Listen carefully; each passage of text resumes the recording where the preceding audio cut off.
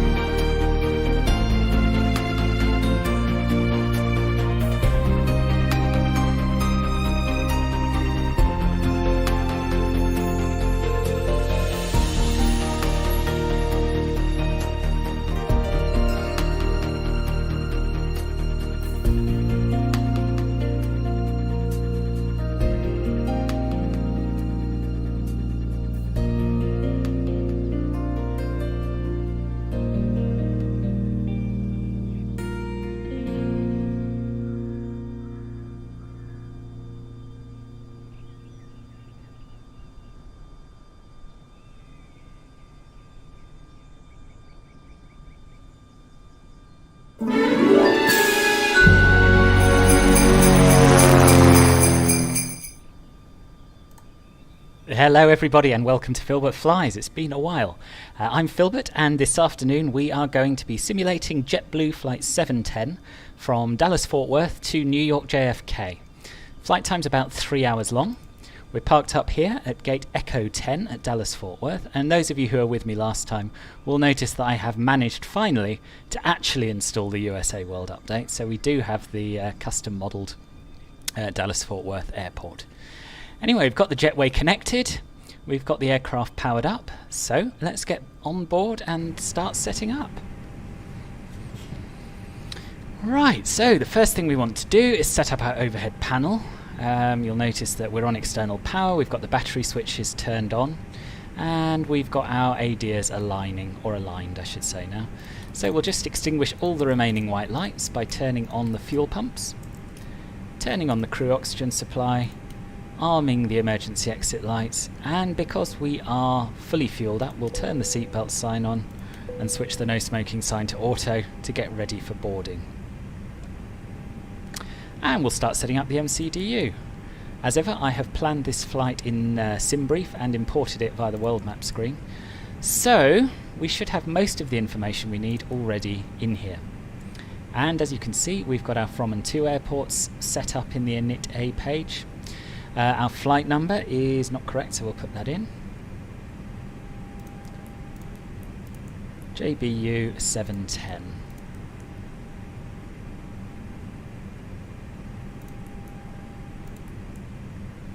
Spearage, hello, I remember you. I've seen your comments at least, and nice to have you with us. I'm glad you've been watching the replays. Cost index is going to be 20. Cruising altitude is going to be flight level 350. And we'll go over to our flight plan page. So as you can see, we've got our runway already set, and we are expecting the Fork 2 departure, but we'll double check that with ATC after we get the ATIS. Dallas-Fort Worth International Information Delta, 1253 Zulu winds are 316 at 8 knots.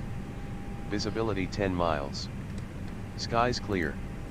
Temperature 4, dew point 1. Current QNH is 1023. Arriving and departing runway 35 right, 35 center, 35 left, 36 left, 36 right. Dallas-Fort Worth International Information Delta. Okay, so the ATIS matches what we're seeing in the sim. We've got live weather on, of course. I still haven't worked out how to get pilot to ATC to switch back to inches of mercury from hectopascals. But to be fair, as ever, I forgot to try and sort it out until about 2 minutes before the flight was due to start. Next time, I'll have a look a little bit more in advance. Gonska, thank you very much. I'm glad you're enjoying the reviews, and welcome to the stream. So yes, we are expecting clear skies for most of the trip. A little bit of light cloud around New York, but so far it looks pretty accurate. So let's try and get our clearance. Dallas delivery, JetBlue 710, ready to copy IFR clearance. JetBlue 710 is cleared to Kilo Juliet Foxtrot Kilo, climb via the Fork 2 departure, with the Fork transition, then as filed. Expect departure runway 36 right. Climb to 15,000 feet via the departure. Expect higher clearances 9 minutes after departure. Departure on 118.1 squawk 4541. JetBlue 710 is cleared to Kilo Juliet Foxtrot Kilo. Climb via the Fork 2 departure, with the Fork transition, then as filed. Climb to 15,000 feet via the departure. Expect higher clearances 9 minutes after departure. Departure on 118.1 squawk 4541. JetBlue 710 Riyadh back correct. QNH is 1023, contact ground on 121.65 when ready for pushback. Have a nice day. QNH is 1023, ground on 121.65, JetBlue 710. Hello, Ravenrax. I didn't want to interrupt the read back there. Welcome to the stream. Nice to have you here. So that clearance is pretty much as we expected, a 36 right departure following the Fork 2 SID, which takes us off of runway 36 right, and we make a slight right-hand turn. And then once we reach Meckel, which we should do at 4,000 feet or above,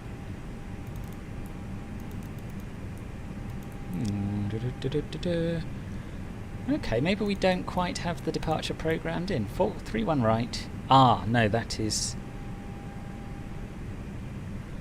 odd. Right, there we are. So 36 right. Fork 2 departure. Insert. And there we have it. So good job I double checked that, because I just glanced at it and thought, yeah, that's right. But it wasn't. So yeah, so we're taking off. This user waypoint here is the point at which we turn right. And you'll see it just around. Let's zoom out a little bit so you can have a little look. That's the user waypoint. And then, as I said, Meckel, and then turning right to head more or less due east down to Hanu, and then Lying, and then Fork. And from there we'll continue as planned along our route. So that's the departure setup. We've got the flight plan page as complete as it needs to be. We'll set up the arrival details as we get closer to JFK. And we'll go back to the init, and then to the init B page to enter our zero fuel weight and centre of gravity. And our block fuel today is 11.5 tons.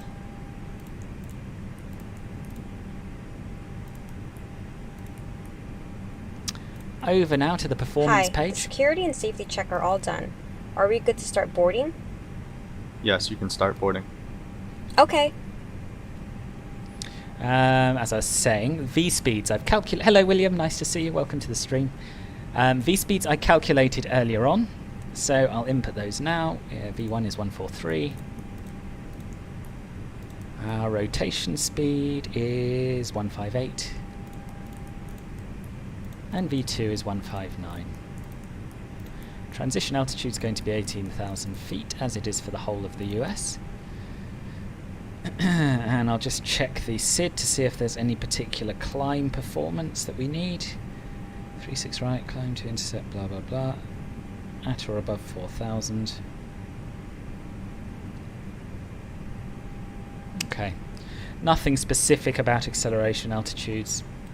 So where are we at the moment? We're at 500 feet. So we'll make the thrust reduction altitude 2,000 feet and the acceleration altitude 3,005. In fact, you know what? We may as well make it 4,000 feet, seeing as that's our initial minimum altitude for the right-hand turn. So that's that. We're doing a flaps 1 takeoff. And the flex temp is... where did I write that? 49. Good, so that's pretty much all of our pre-flight planning done now. We've got the autopilot panel more or less set up. Well, we have got it entirely set up, in fact, so we're going to be using managed speed mode, managed heading mode, and managed altitude mode. And those are selected, as you can see, by the dots. And we'll turn the flight director on. And because we are now boarding, and it's quite cold, we'll start the APU. Only about 15 minutes until we go. Oh, congratulations, William. How did it go? Nathaniel, hello. Welcome to the stream. So I calculate the speeds on WAB Pro. I'll give you a link. Hold on.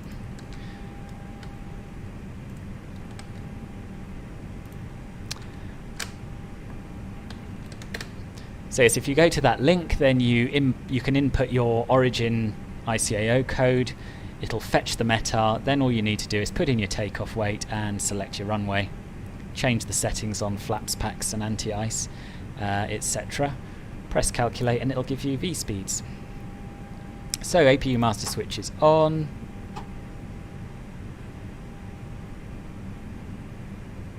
We'll start the APU. How do you manage the Felix Enfield on board? I don't, to be honest with you. I don't think it's... well, I don't know if it's fully implemented yet. No, it does seem to be saying something vaguely sensible. So I calculate I plan the route using SimBrief, and that gives you pretty accurate fuel consumption figures. I just load the fuel it suggests, and so far haven't run out, but that's as deep as I go into that one.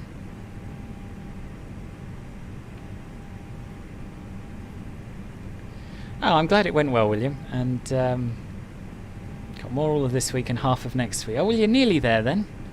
And I take it after that you can start relaxing and unwinding towards Christmas. It'll be nice when they're all done. Right, how are we doing with the APU? We can watch it start up down here, and we should be able to hear it if we go and mosey on over to the back of the plane in the drone. Unfortunately, this livery has a burnt-in registration on it, so unfortunately we have two. This N636JB is the aircraft that is flying this route today, according to Flight Radar 24, so that's good. Oh, look at the flying cars. Haven't they done a marvellous job with this world update? Look at that. Oh dear. Right, so the APU is available now, which means we can turn on the APU bleed, get some warm air into the cabin, and we can turn off the external power.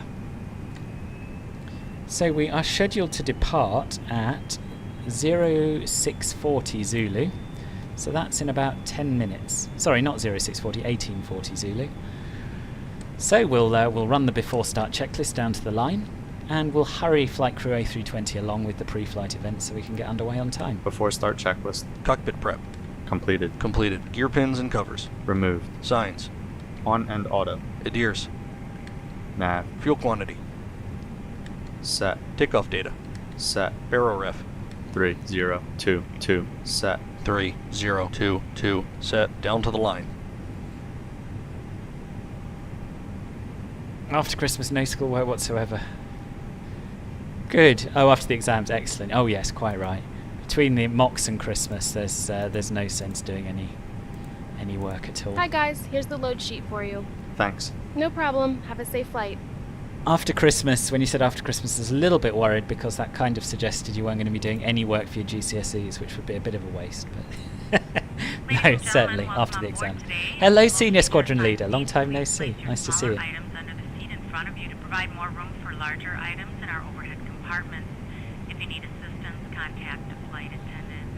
If you are unable to accommodate any item in the cabin, please bring it to the boarding door and we will check it for you. Also, review the safety instruction card in your seat pocket. If you are seated at an exit seat, also review the exit seating criteria.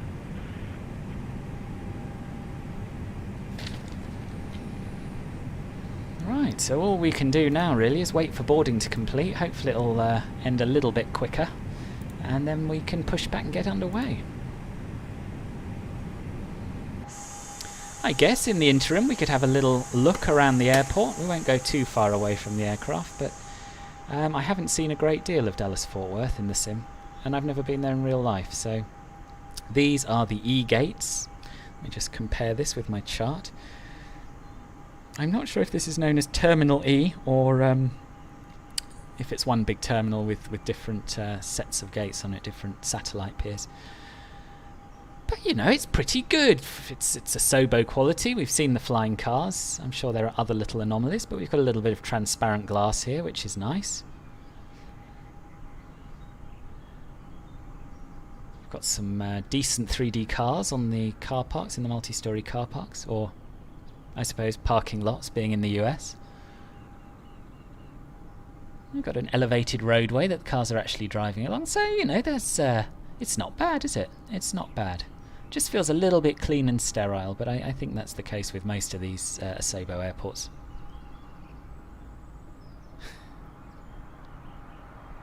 Yeah, quite right, William. No, it's time for a rest after these. Huge place, Dallas-Fort Worth. Hey guys, are we clear to close? Yes. Thanks. Let me know if you need anything. Well, if they're closing the doors, a few more a flying lorry over here. It's interesting. If they're closing the doors, I suppose we ought to go back to the aircraft and think about getting underway. Let's give a little welcome announcement to the passengers. Good day, ladies and gentlemen from the flight deck. This is the captain speaking. On behalf of the entire flight crew and myself, I'd like to welcome you aboard today's flight. Our flight attendants are there for your comfort, but more importantly for your safety, so please give them a few minutes of your undivided attention while they go over the safety features of this aircraft. Once the boarding process is complete, we'll get the cabin door closed and push off the gate for an on-time departure. In the meantime, please sit back, relax, enjoy the ride. Welcome aboard. He sounded a bit depressed, didn't he, that captain? His heart's not in this job anymore, I don't think.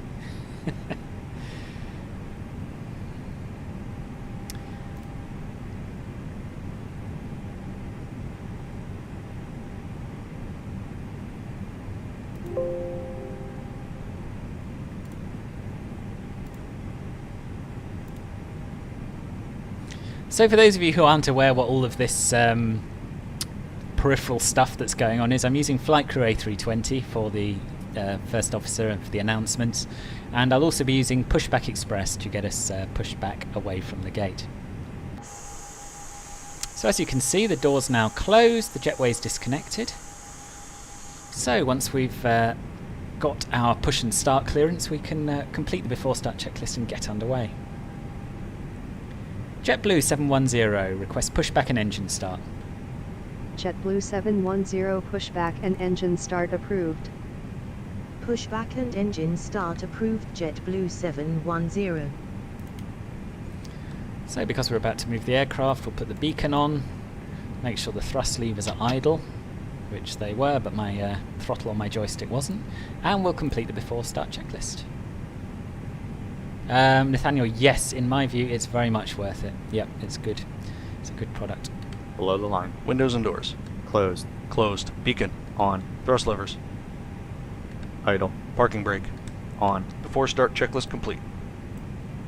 Great minds think alike, Ruben. Just gonna sort my taskbar out a little bit. It's blocking my view. Okay, there we are. Right.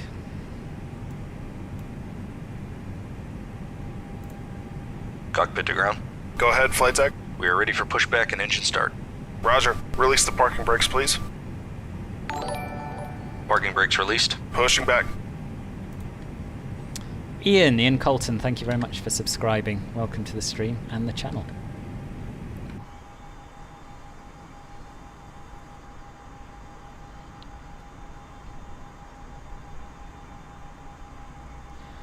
So I'm using Pushback Express's rudder control feature, which should allow us to fairly accurately get the aircraft positioned on the taxiway.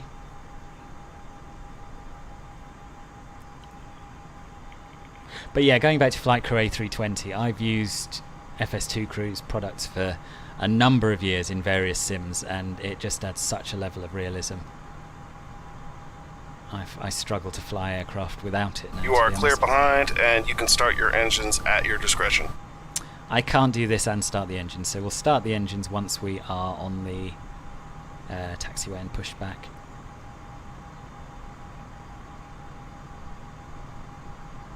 Hello Samsonite, nice to see you.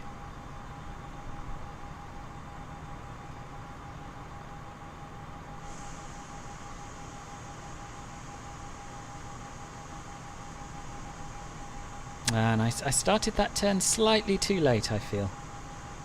But never mind.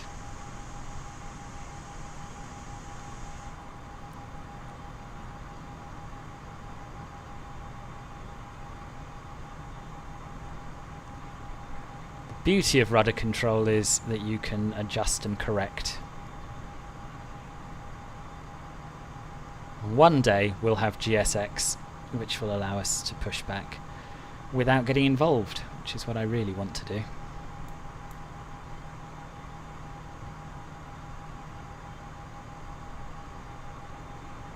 That's pretty good, I think. We'll stop here.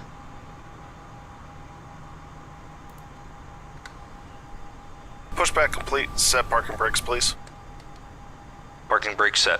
Roger. Okay, the tow bar is disconnected and the equipment is clear. We will see you on the right-hand side with the pin. Thanks, and you can disconnect and go to hand signals. So Thanks. Have a good flight. See you later. Start our engines now. Starting engine 1. Monitor the engine starts on the lower ECAM. Oh, it's been bitterly cold, isn't it, Samsonite? It's been fairly dry here at least, but yeah. I haven't been out, put it that way.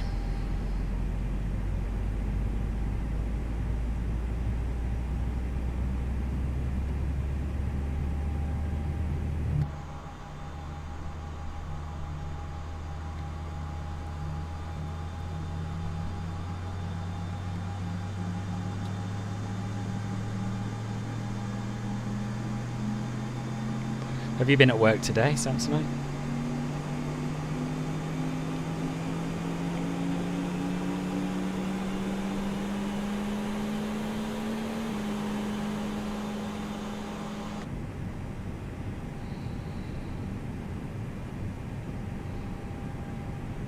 So engine 1's available, we'll start engine 2. Starting engine 2.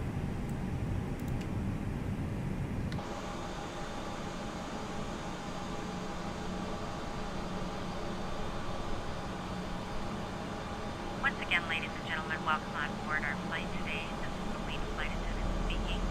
Please direct your attention to the cabin crew for important safety information.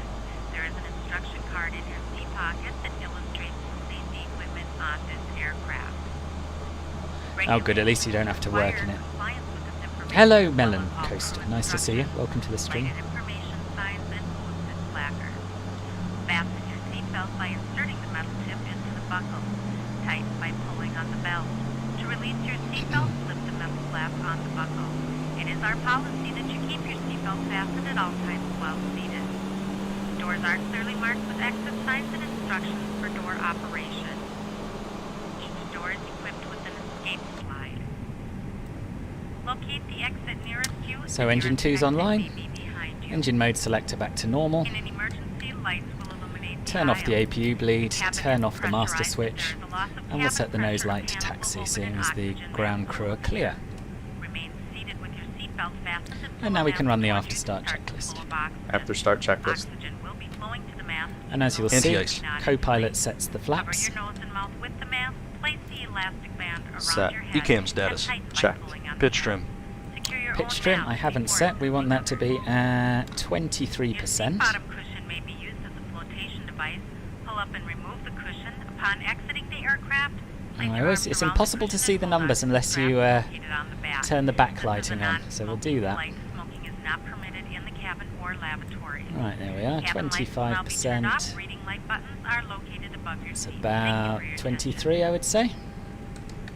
25% set. Rudder trim. 0. After start checklist complete. Flight control check. Full up. Full down. Neutral. Full left. Full right. Neutral. Rudder. Full left. Full right. Neutral.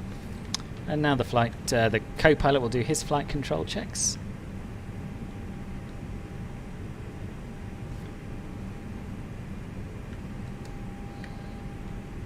And while he does that, I'll get our taxi clearance. Ground, JetBlue 710, ready to taxi. JetBlue 710 taxi to runway 36 right via taxiways Kilo, Alpha, Hotel Sierra, Golf, Whiskey Romeo, hold short runway 36 right. Taxi to runway 36 right via taxiways Kilo, Alpha, Hotel Sierra, Golf, Whiskey Romeo, hold short runway 36 right JetBlue 710. Okay, I think we can follow those instructions more or less. If I can just work out where we are. Yes, that's fine. Right. Clear left side. Clear right side. Brake check. Pressure 0.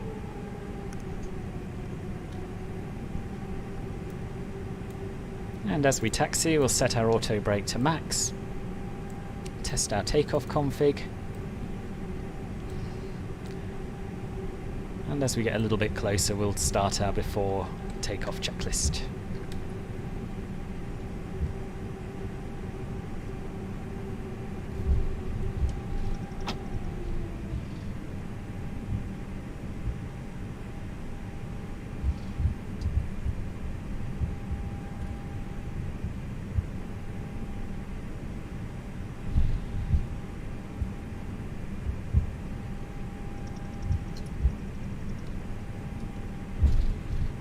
So we'll make a left here onto Kilo.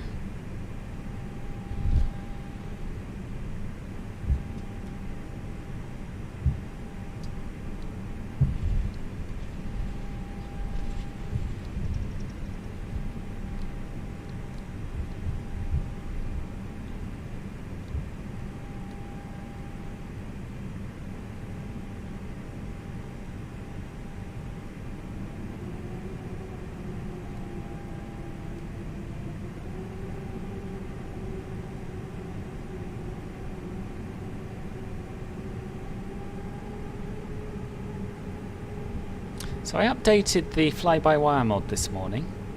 I don't know what's changed in the master build. It's always quite exciting. Do the engine sounds sound a little bit different, or is that just me?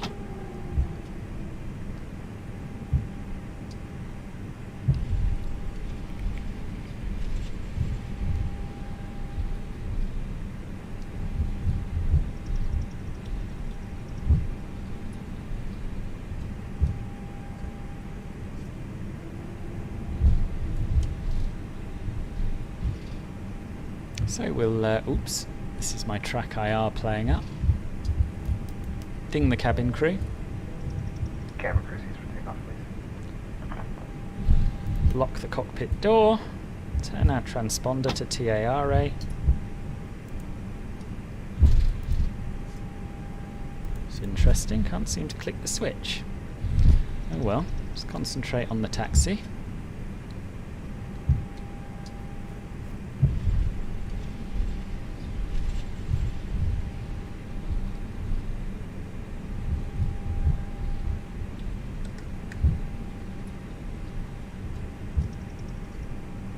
Yes, Melon Coaster, they are. They're much cheaper. I think it's just the volume of sales that they're expecting that allows them to make them cheaper. But I'm certainly not complaining. Isn't that weird? These switches used to be operative, but they're not anymore. Curious. Never mind, now we're away from the gate areas, we can turn on the weather radar, set the predictive wind shear system to auto, and we can start our before takeoff checklist. Before takeoff checklist. Flight controls. Checked. Checked. Flight instruments. Checked. Checked. Briefing. Confirmed. Flap setting. Config 1 plus F. Config 1 plus F. V1, VR, V2, flex temp. V1 143, VR 158, V2 159. V1 143, VR 158, V2 159, ATC. Set. ECAM memo. Takeoff, no blue. Down to the line. Hello, Caffel, nice to see you.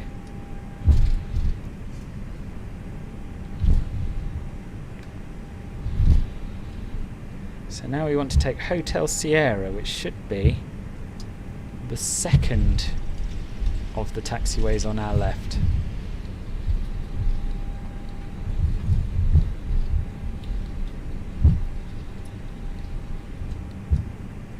It's the first.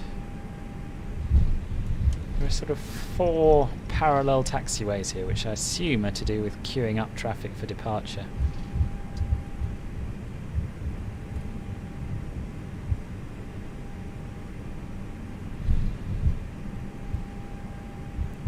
Getting a fair bit of stuttering here today.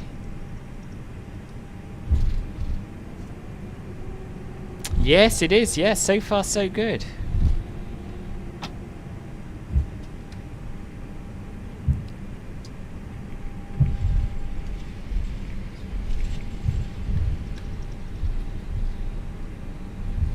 Next taxiway we're looking for is Golf, which I can't actually see on the chart, but basically we're taking off from the closest runway on our right.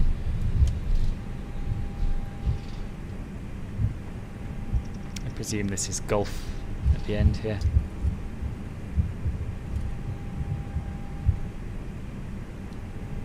Hello Caroline, nice to see you. Welcome to the stream, and yeah, get the kettle on.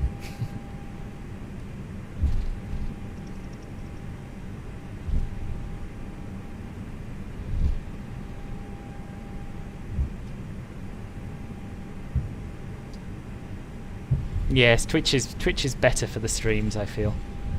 Less of a lag. JetBlue 710 contact tower on 124.15. Have a good afternoon. Tower on 124.15 JetBlue 710. Hello, Julie. Nice to see you. 3,000 by Christmas. Oh, I have my doubts, but yeah, let's hope so. Oh, that's a nice bit of live traffic coming into land. Right, let's let them know we are ready.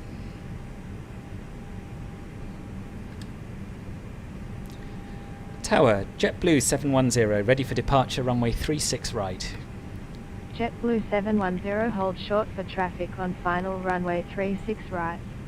Hold short runway 36 right JetBlue 710. Melon Coaster, thank you for the follow. People who follow me on Twitch and subscribe to me on YouTube are my favourites. Actually, that's not strictly true. People who super chat and donate are my favourites, but you're my second favourites.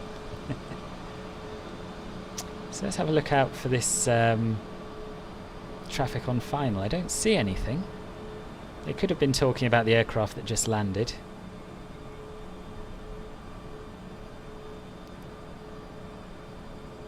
Oh well, we'll wait and see what happens. We're in no rush, sort of. Although it would be nice to get there before sunset.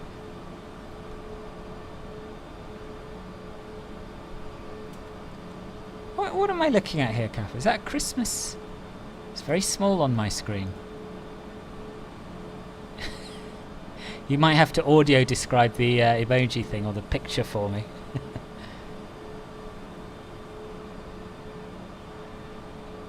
No, I agree, Andy said. We're not having much over water flying today, but there will be a little bit on the approach to New York. Oh, here we are. Here's some. Here's the traffic on final.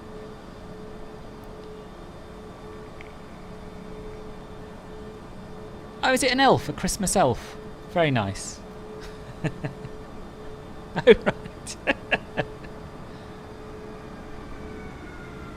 JetBlue 710 width for 306 at 8 knots. QNH is 1024, cleared for takeoff. Runway 36 right, caution wake turbulent. I mean, caution wake turbulence. Also runway caution the traffic on the right runway, I'd say. Anyway. So landing lights on, strobes on, nose light to takeoff. Below the line. Cabin crew, be seated for takeoff. Takeoff runway. Confirmed. Confirmed. Cabin crew. Advised. Engine mode selector. Normal. PAX. On. Before takeoff checklist complete. Antizad, welcome to the stream. Thanks for the sub. If you are here, could just be watching one of my other videos, of course.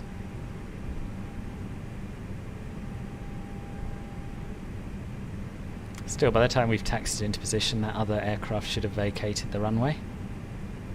Pilot 2ATC sort of knows about AI traffic, but it doesn't always get it spot on, it must be said.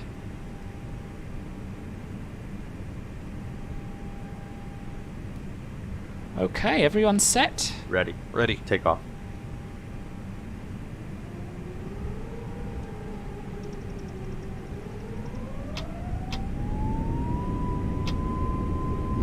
Man flex, SRS, runway, auto thrust blue. Check. Thrust set.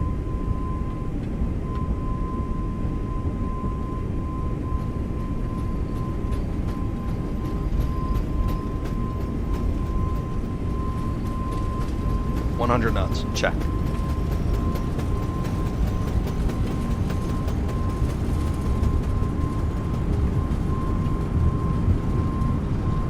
V1. Rotate.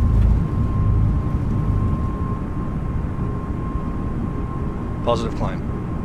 Gear up. Gear up. Indeed, laters, Dallas.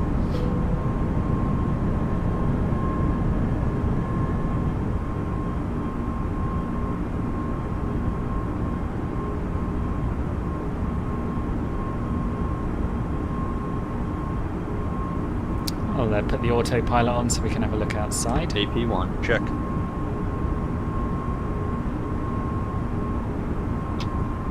thrust reduction JetBlue altitude. 710, contact regional departure on 126.47. Have a good afternoon. Departure on 126.47 JetBlue 710.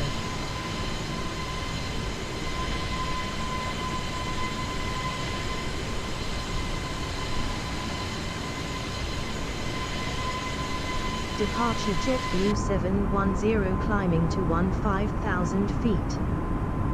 JetBlue 710, good So we're passing our afternoon. acceleration altitude, Radar 4,000 contact. feet, so the aircraft will drop the nose to allow us to accelerate, and as we pass the S speed, we'll retract the flaps. Flap 0. Speed checked. Flap 0.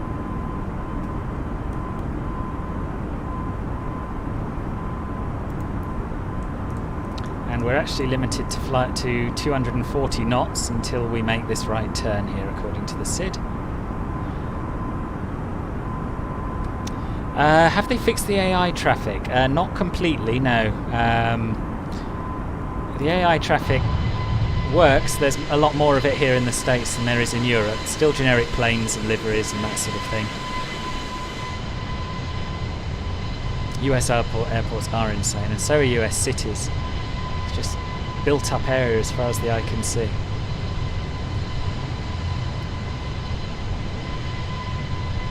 Oh, glad you enjoyed it, Julie. It was the first preview video I'd done, so yeah, it seems to be going down all right. One or two complaints about the music, but it wasn't too loud. I was very careful to make sure everyone could hear what I was saying. And it is a fantastic airport. Yeah, it's really good, even in its current early access state, let alone when it's all done. No comment, Cathal. No comment.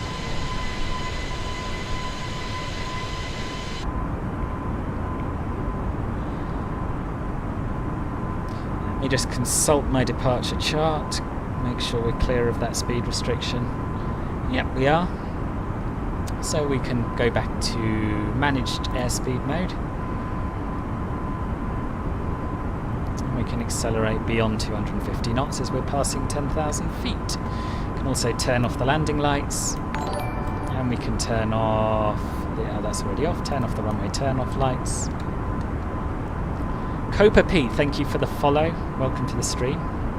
And we'll run the after takeoff climb checklist, I think. After takeoff climb checklist. Landing gear. Up. Flaps. Retracted. Packs. On. Down to the line. And we'll carry on below the line after the transition altitude of 18,000 feet.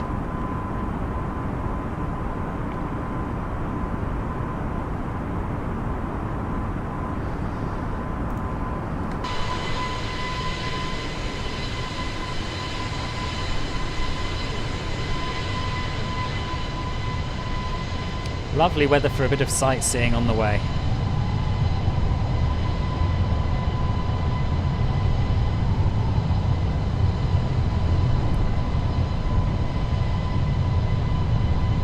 Tell you what else we could do, which might be nice for the passengers, is turn the seatbelt sign off.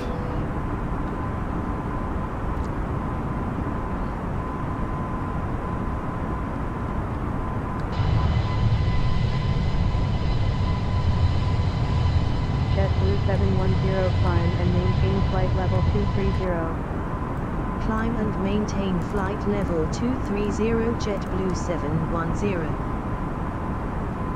So I don't know how far Fly-by-Wire have got with their custom autopilot system and what else they've been up to, but the aircraft does seem to climb a lot better than it used to, at a much more realistic rate. 134.15. Enjoy your afternoon. Center on 134.15. Take care JetBlue 710.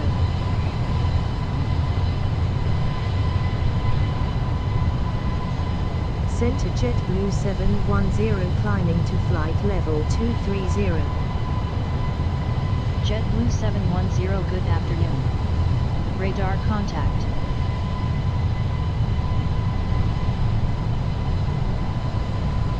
This is Lake Ray Hubbard up ahead of us, and Dallas is basically over our right wing. There's a few suburbs. They look like suburbs to me. So currently passing a place called Mesquite or Mesquite.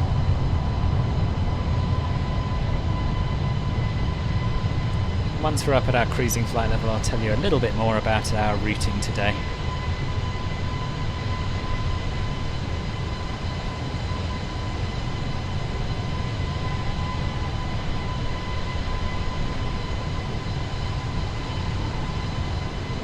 So yes, I've enabled this thing called Super Chat, which I should probably tell you about. The YouTube instructional video says I should definitely tell you about it a lot. It's basically a way for you to give me money in the YouTube chat box, which is always nice. So if anyone wants to be the first to give it a go, well, I'll say thank you very much. The old Streamlabs donation link in the comments also works.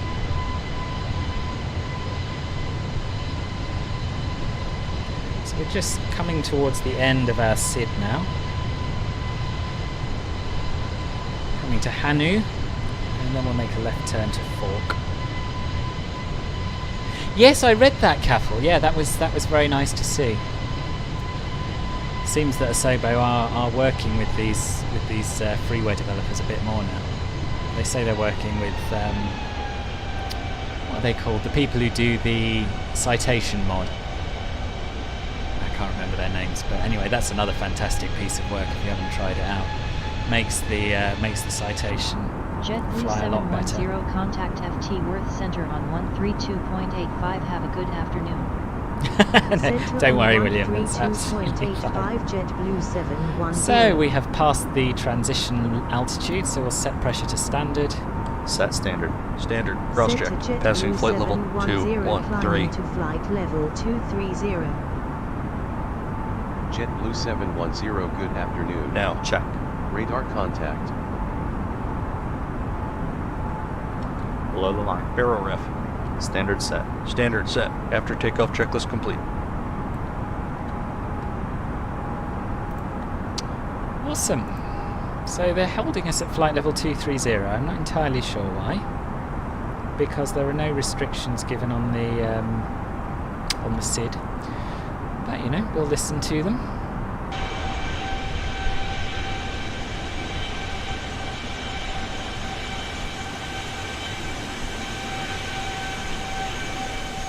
What a beautiful world.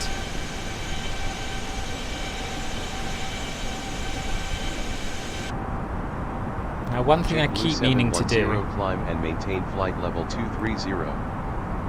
Climb and maintain flight level 230. That's weird. Why is it JetBlue stopped at 710. 21,500?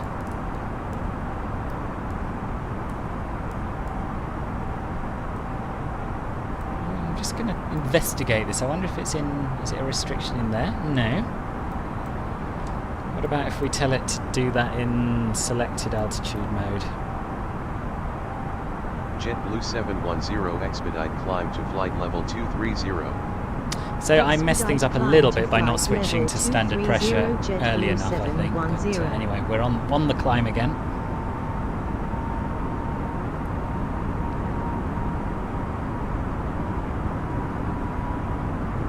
Beat you to what, William? JetBlue 710 climb and maintain flight level 310. Climb and maintain flight level 310 JetBlue 710. Let's just put it back into manage mode for the sake of... yeah, it seems to be stuck at flight level 216, which is weird. So we'll just use selected. Not a problem.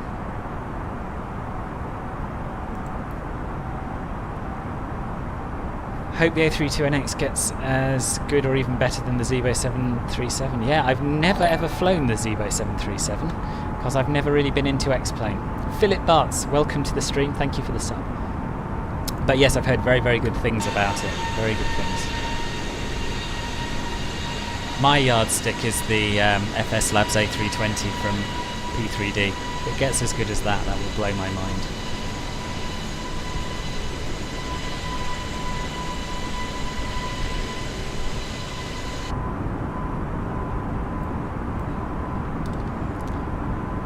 just going to have another look down here and see what could possibly be going on with our altitude. So yeah, it knows we want to be at flight level 350.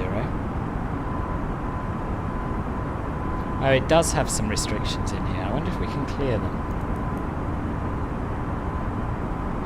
No, we can't, because they're not actually there. Yeah, the altitude and speed constraints are still a little bit... Well, I can't make any sense of them whatsoever. It wanted us to be at 567 feet at lying. Then it wants us to go up to flight level 37,401 feet before descending again to flight level 350. No rhyme or reason to that whatsoever.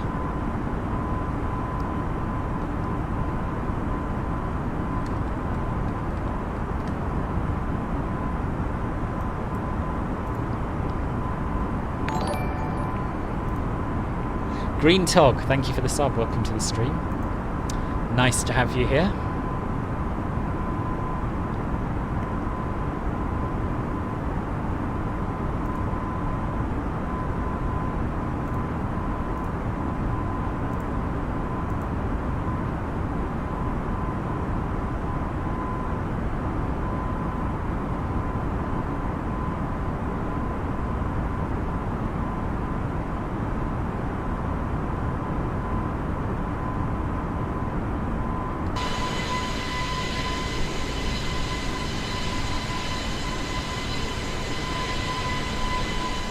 So I can't believe I've had this sim for 3 months and I've never once flown into JFK. It's always an exciting airport to fly into or out of. But for some reason, it just hasn't happened. Quite looking forward to getting there.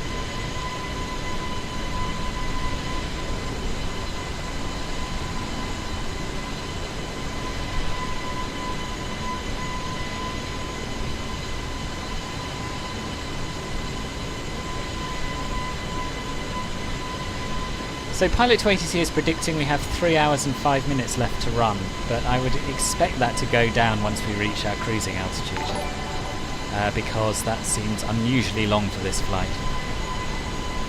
William G4, thank you for the follow. Is that you, William, from YouTube? Or is this a different William? Either way, welcome to the stream. Hello, Rob. Yes, I do have Lau, Vienna. Couldn't think of the name for a minute then. Alright, good. I need more Twitch followers, I must say. I'm doing incredibly badly on Twitch compared with YouTube. I don't think it particularly matters, but if people are umming and ahhing about which platform they should watch me on, Twitch would be my current preference.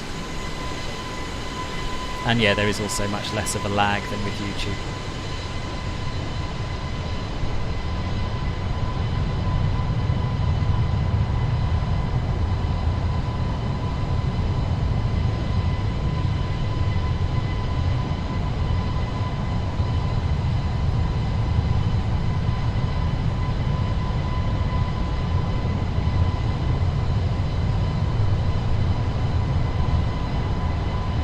JetBlue 710 climb and maintain flight level 350.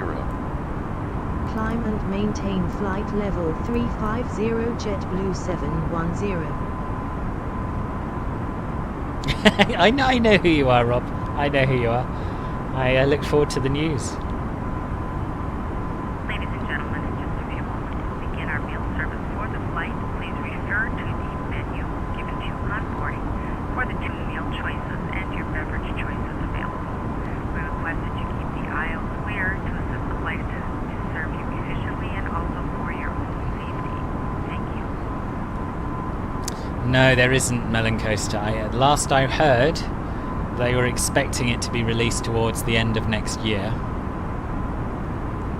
And in terms of the price, I think I've heard some speculation. I can't remember what it was for P3D.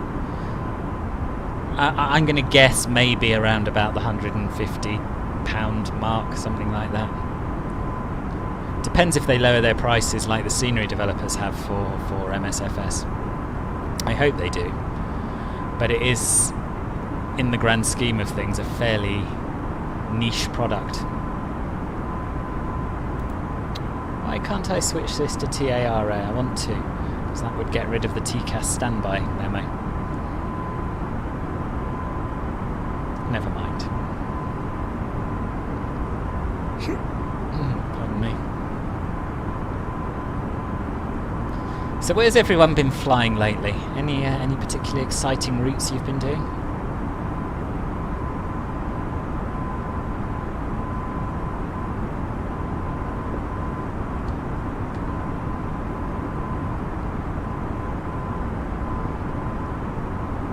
That's true, yeah, the CRJ is going to be cheaper. Manchester to Heathrow, nice. Yeah, I want to do a couple of domestic routes in the UK. I thought it might be quite fun to do a sort of a return shuttle between London and Manchester, Newcastle, Inverness, one of the three or all of the above. Possibly on VATSIM. It's just a question of picking the right time of day. There's not a huge amount of coverage when I normally stream, but I could do an evening flight perhaps. Cologne to Barcelona, very, very nice. 2 cracking airports.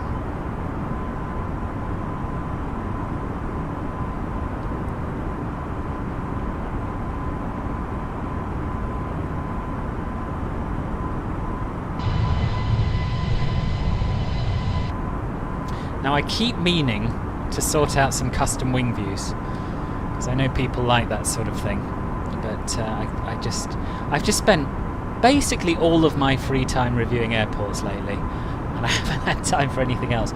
But I'm going to take a little bit of a break. I've got to do Flight Beams Washington Dulles, and after that a little bit of a pause. I feel more flying, less reviewing.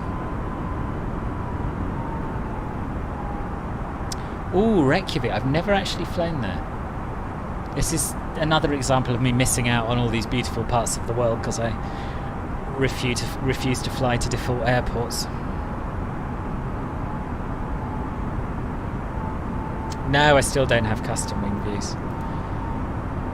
So it's partly just lack of time to do it. It's partly that I'm not that fussed about them myself. I'm not that fussed about looking out the aircraft as a passenger, but I know you lot are, so I will do it. And the final excuse is that I have so many custom cockpit views using my number pad keys, like this, that I'd have to sacrifice some of them to make the custom wing views work. But you know, if you want wing views, I can make that happen. I just have to bring up a couple of menus and remember which ones they are. There we are. Yeah, bit of a wing view for you. I thought there were 2. But... oh yeah, there are. I clicked the wrong thing. That one's better. You got a bit of engine. There you are. For all you wing view likers.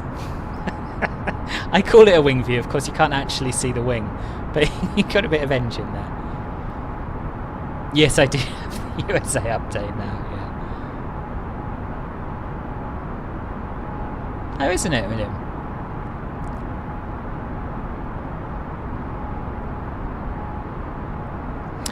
Nice, I used to love flying to Nice, and there used to be a Just Sim scenery, which wasn't bad. So if they bring that across, I'll definitely join you in a couple of Nice flights. I think Reykjavik used to crash everyone's sim, didn't it? Wasn't that one of the bugs that was reported very early on? I don't know if they fixed it. Oh, okay. Well, contrasting opinions on on Reykjavik. I'll have to check it out myself now. Cowlan, beautiful approach. William, low clouds and a bit miserable. It's a good wing view, isn't it?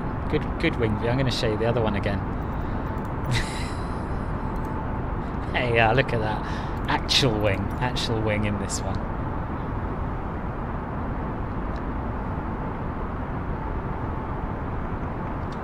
Anyway, I was going to tell you a little bit about... I was going to tell you... Yes, yeah. We're doing well considering, I think. I was going to tell you a bit about the routing, which I will now do. So obviously we have taken off from Dallas in Texas, and we're flying initially more or less due east over Arkansas, Mississippi, Alabama, Georgia. We're going to be passing just north of Atlanta before crossing into South Carolina, and then turning to head northeast over North Carolina and Virginia. We'll be passing overhead Norfolk and Virginia Beach, then up over Delaware and some little peninsula type thing which I should probably know the name of. I almost called it Long Island, but it's not Long Island. You know, I'm going to call it the Delaware Tail. We'll be seeing that. And then heading along the east coast of the states over New Jersey, over Atlantic City, and then out over the coast and heading into JFK via the Cameron 4 arrival. And we're expecting an approach into runway 31 left. So there you are, that's our routing.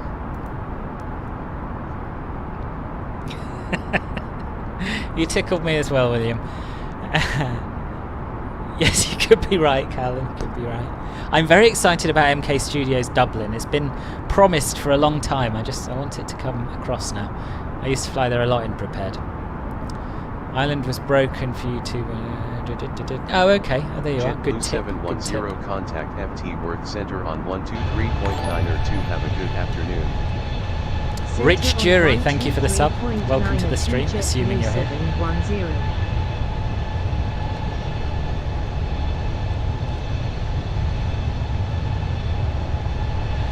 Who's for a little bit of quiet cruise music? Center JetBlue 710 at flight level 350. JetBlue 710, good afternoon. Radar contact. Okay, let's do it. Bit of blues to start with. Oh no, this is no. I don't do music with lyrics. We'll have a bit of Trevor Kowalski and take it from there.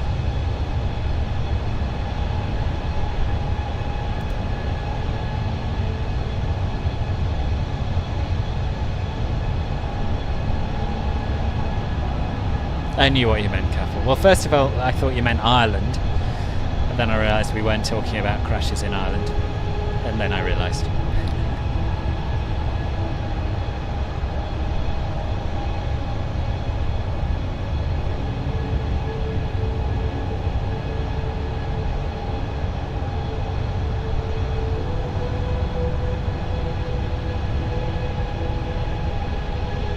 It used to be that if you looked at the plane from this far away, the engine sounds would be quiet enough to hear the music over.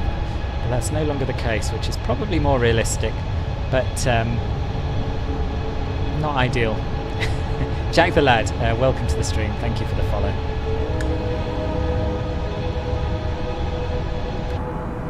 And we'll get back inside.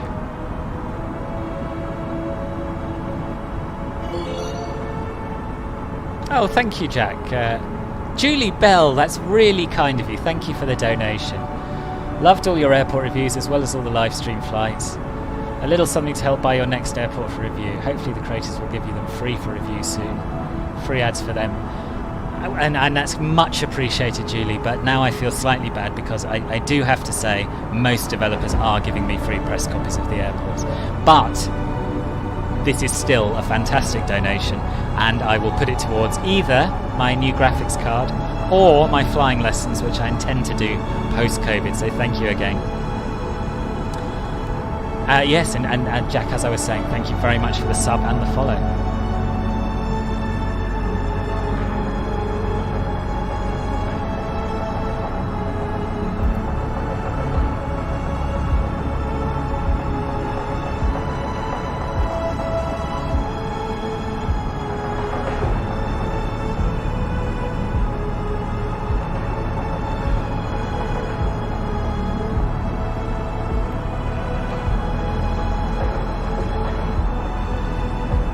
I am now, where are we?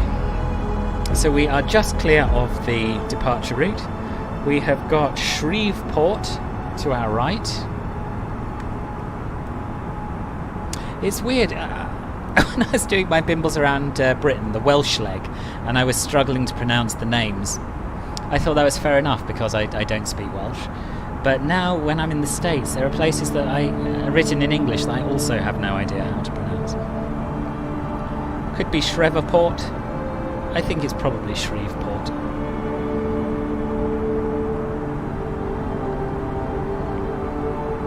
Okay, Melon Coaster, I'm sorry to see you go, but we all have lives to live.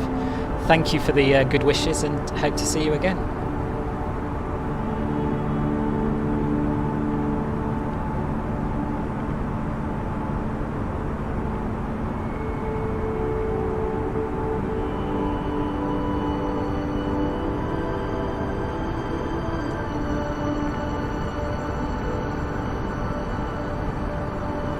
We've got a little bit of wobbling going on, as you can see, a little bit of roll back and forth, and I believe the solution to that is turn off sec 1, but I'm always a bit scared of doing that because, well, I just am, because the flight control computers should not really be switched off ever, but I'll switch it back on as we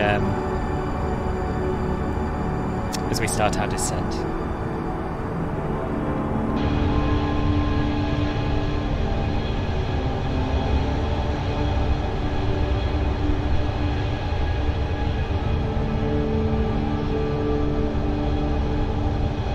I absolutely love it, Jack.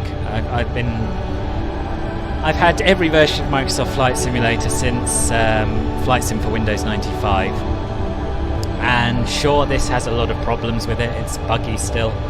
The aircraft aren't as realistic as the very, very expensive add-ons I used to have in earlier sims, but the scenery, the atmosphere, the sky just makes up for it entirely for me. And I've tried to go back to P3D to fly the FS Labs A320, which is a great aircraft, but it feels, although the aircraft is more realistic, the experience of flying is nothing compared with this. I think this feels like you're flying in the real world in a way that nothing else does. Hello, Captain Tito. Nice to see you. Welcome to the stream.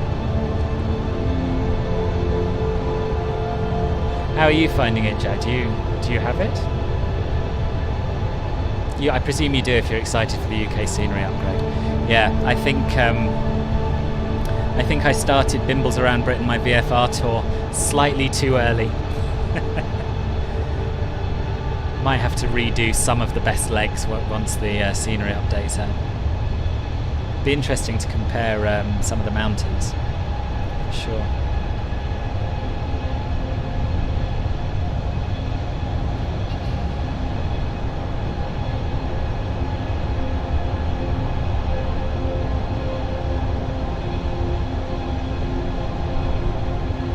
JetBlue 710 contact MT Work Center on 128.2. Have a nice day.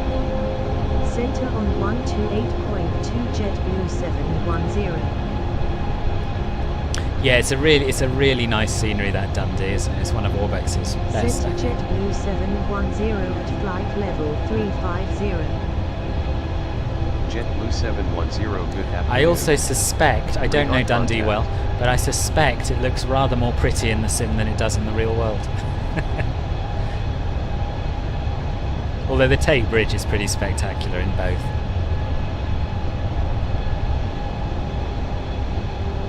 Oh, do you? You're that close to it. Nice.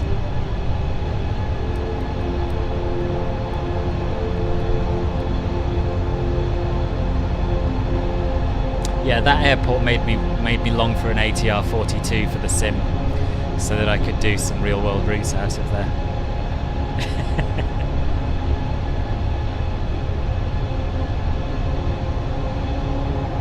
Oh right, Samsung, you were thinking about a 747 or an MD-11, if I recall from the Discord. Yeah, there are a lot of places that look nicer from 1,000 foot up, I think. Thank you, Tito. That's nice to hear. Glad you enjoyed it. I'm going to be hopefully doing more streams in the future. This is going to be my only one until Saturday. Saturday will be another Bimbles Around Britain group flight. If anyone wants to join us, you can find all the details on the Discord. Except that's a lie, because I haven't put any details on the Discord yet, but you will be able to in due course. And then from next week I've got a fortnight off work, so hopefully we'll be able to do a bit more streaming. You're welcome. You're welcome.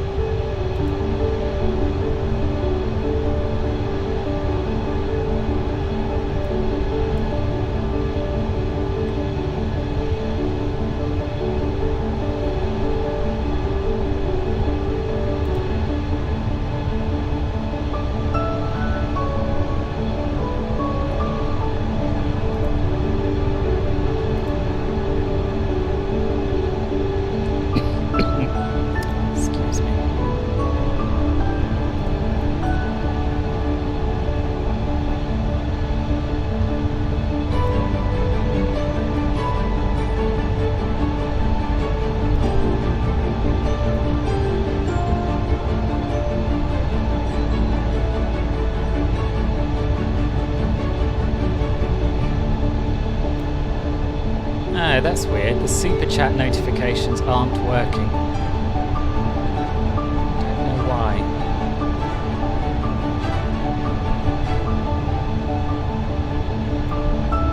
Oh well, I'll sort that out. Oh, is it? Oh, there it is. Good, good. It did come out. They are working. Bit sad having to test it yourself, but you know, times are tough.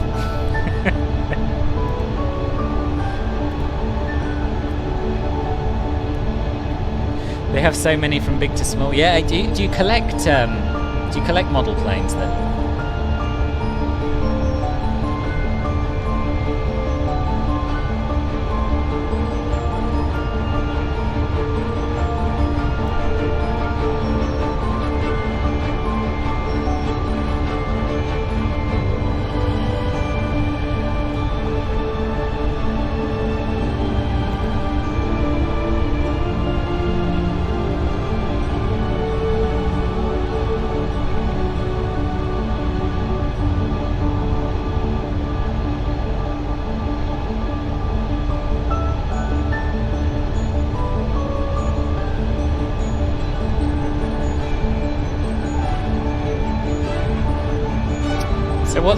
What's missing from your collection?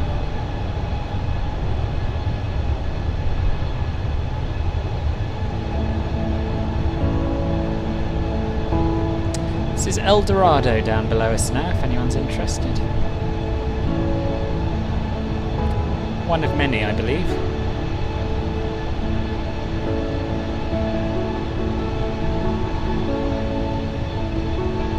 Oh, okay. Cool.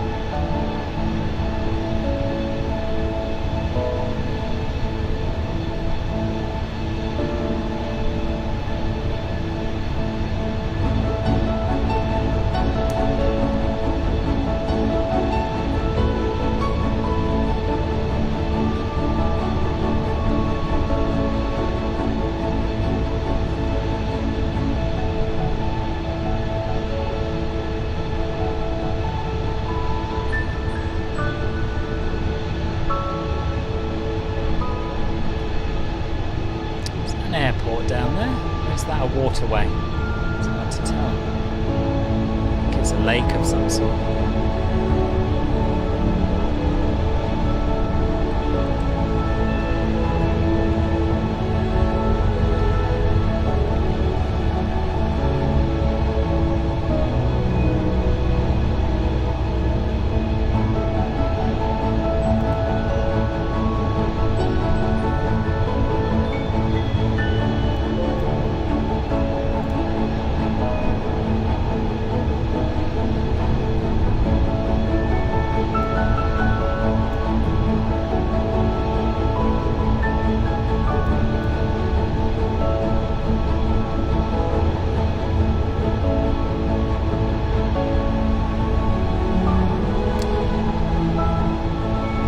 So this is the Wachita River that we are sort of following at the moment. Contact FT Work Center on 126.32. Enjoy your afternoon.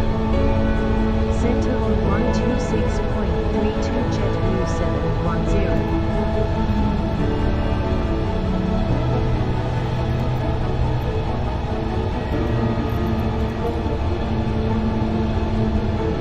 Center JetBlue 710 at flight level 350. JetBlue 710, good afternoon. Radar contact.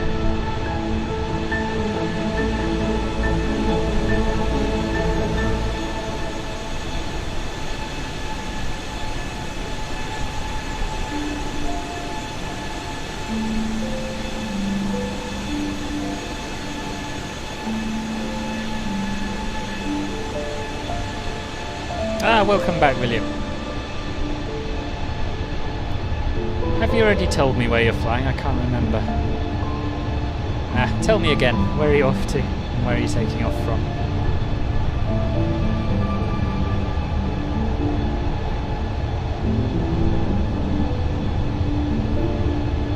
Oh, yes, that's right. Yeah, you did say that. Nice.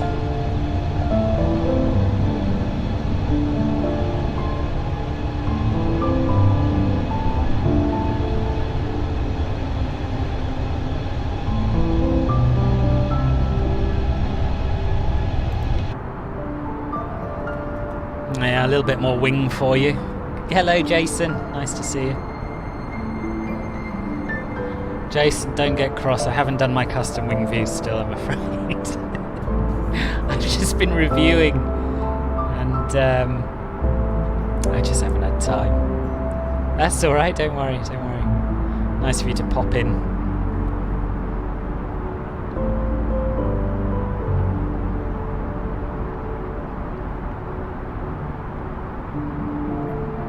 Yeah, it's nice, isn't it? I tend to put a bit of music on for the slightly longer flights. We are indeed, Science Guy. We are indeed. We're going to be overland for the majority of it, but we will be sort of coasting out over Virginia Beach near Chesapeake, and then we'll be flying up the peninsula, whose name I forget. Forgotten what I decided we'd call it now. I will remember.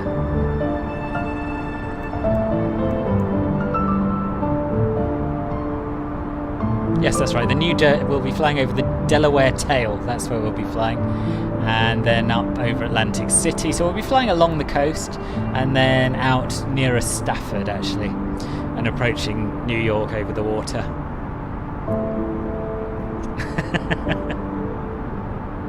Hello, Captain Octo. Nice to see you. Yeah, this is one of the default wing views. I will show you the other one for comparison. There you have it. So, yeah, they're alright, I think.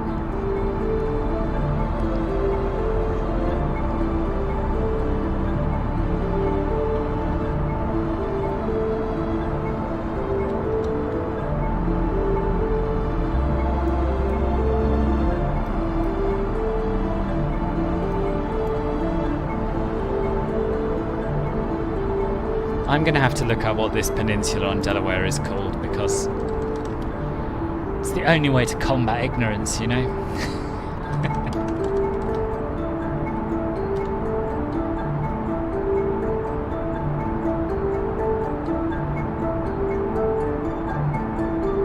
Oh, okay, it's called the Delmarva Peninsula. Never heard of it.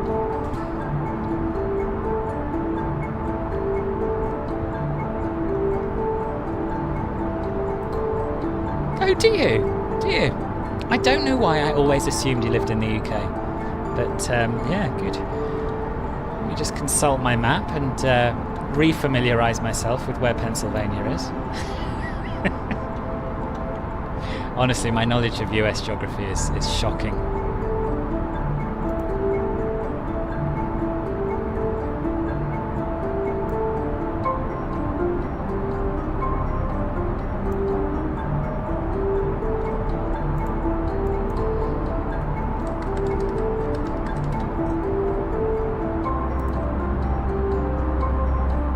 yes, okay, yep.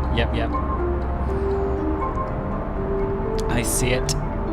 West of New York State, right? Or sort of south of New York State, really.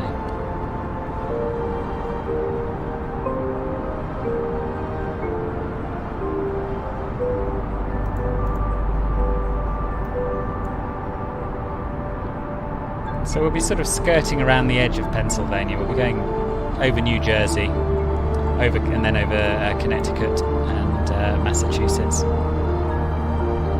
No, we won't be going over Massachusetts. That's my alternate. Boston is our alternate, so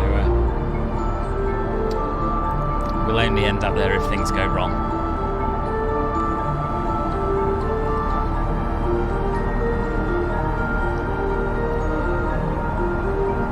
Where's OGG, Jason? I know HNL is Honolulu, but OGG, I guess it's another Hawaiian airport. Sounds very nice, I must say.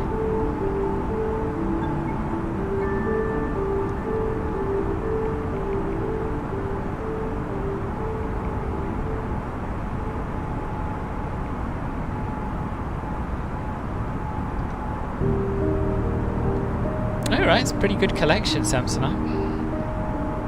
JetBlue 710 contact Memphis Center on 132.5. Enjoy your afternoon.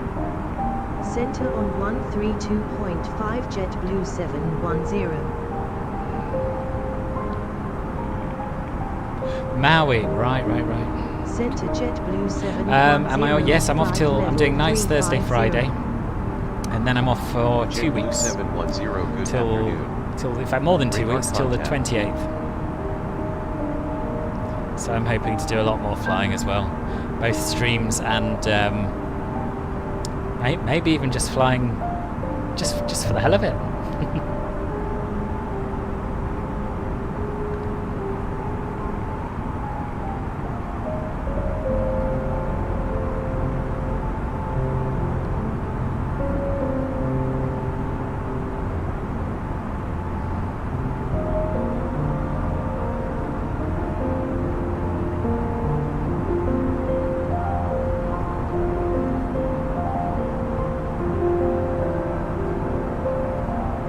I wonder if they have made any progress on the progress page.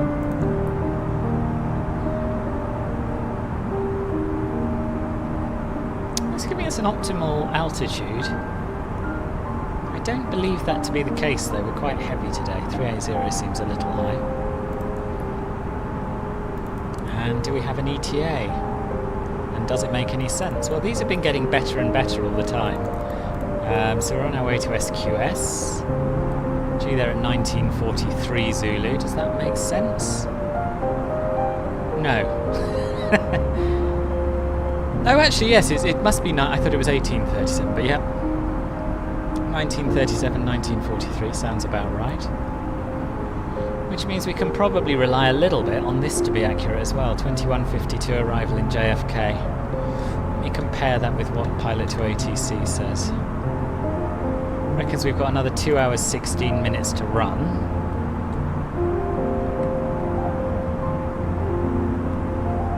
Should be 21:52. 21:52. Yeah, so that does seem to be working. Marvellous. And our scheduled time of arrival was 21:46. So we're potentially going to be a few minutes late, but pretty close to the real thing.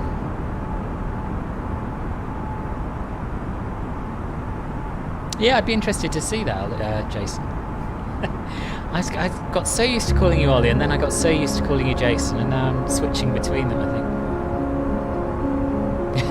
Yeah, absolutely, Julie, absolutely.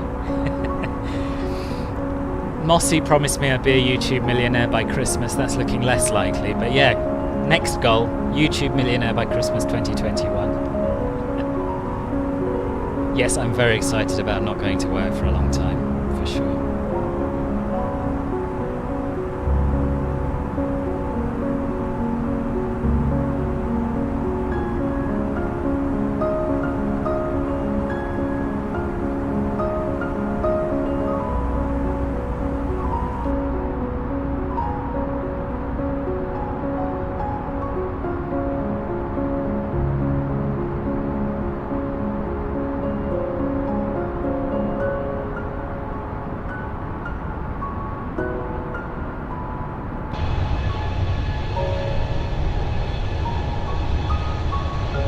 Are you working over Christmas much, Jason?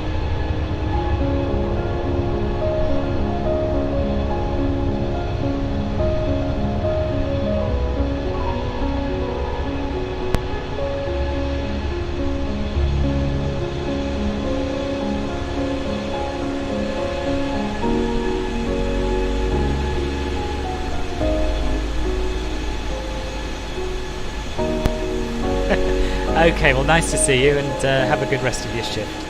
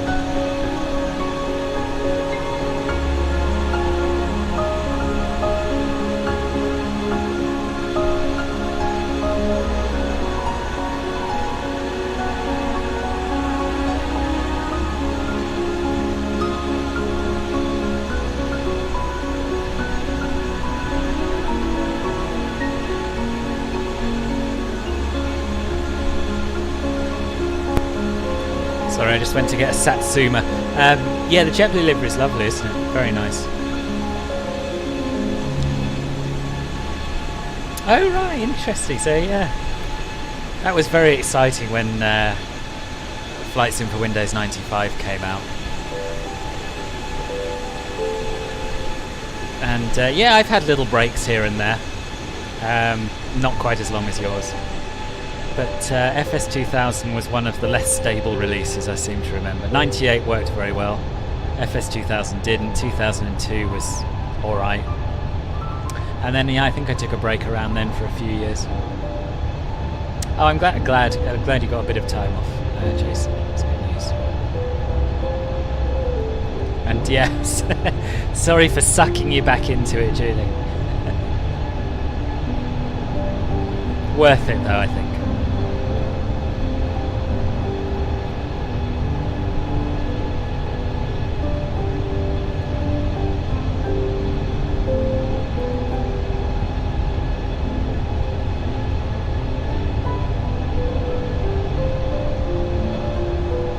JetBlue 710 contact Memphis Center on 132.75. Have a good afternoon.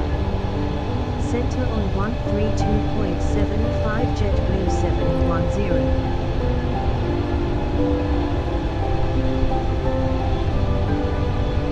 Center JetBlue 710 at flight level 350.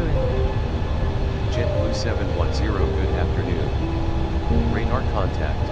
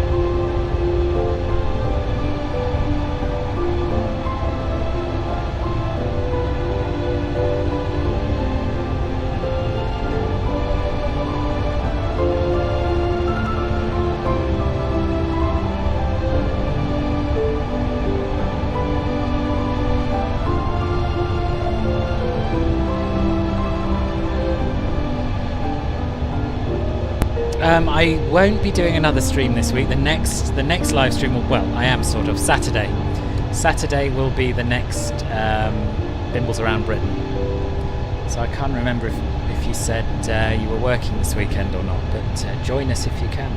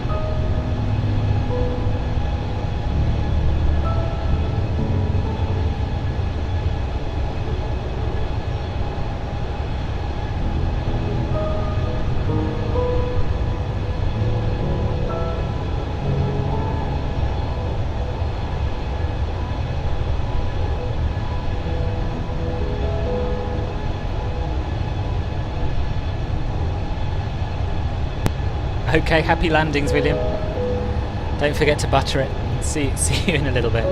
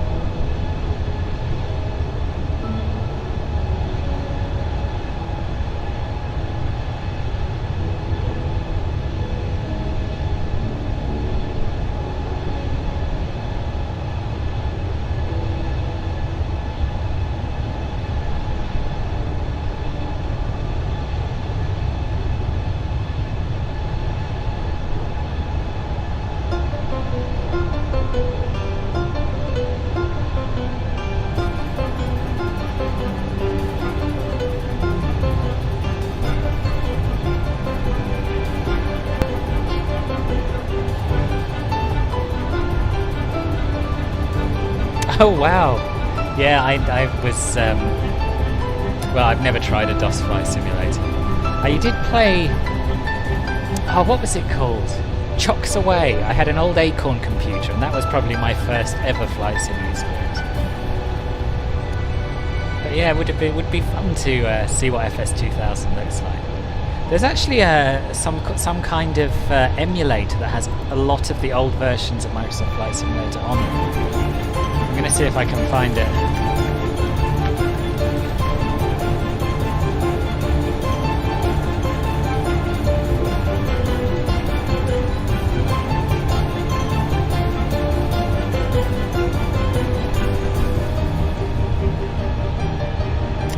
I found FS5, but there was a website which had loads of them on.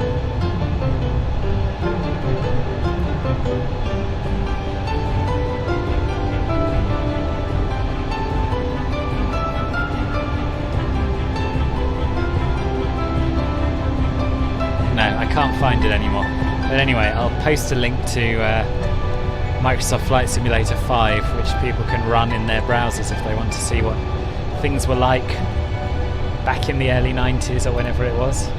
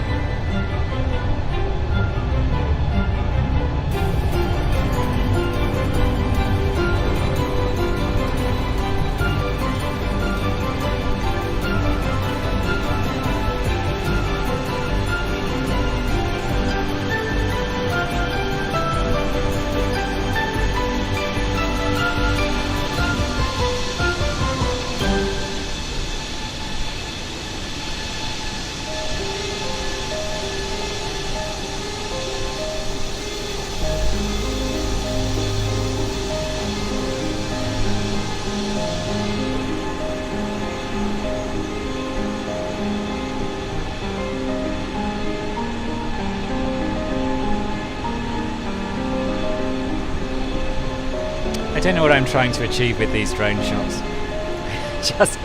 I just thought it might be nice to see a slightly different angle.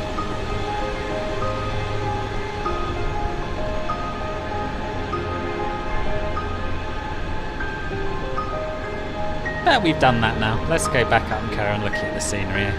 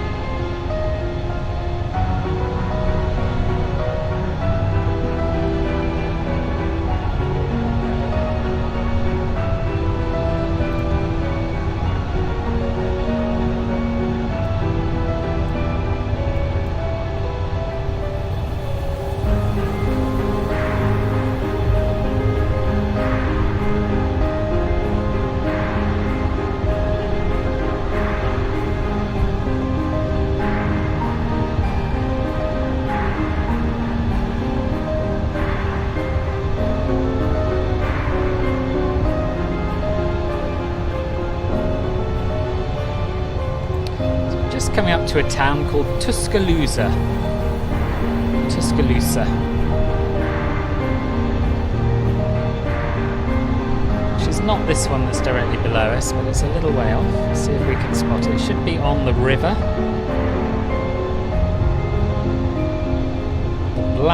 The Black Warrior River.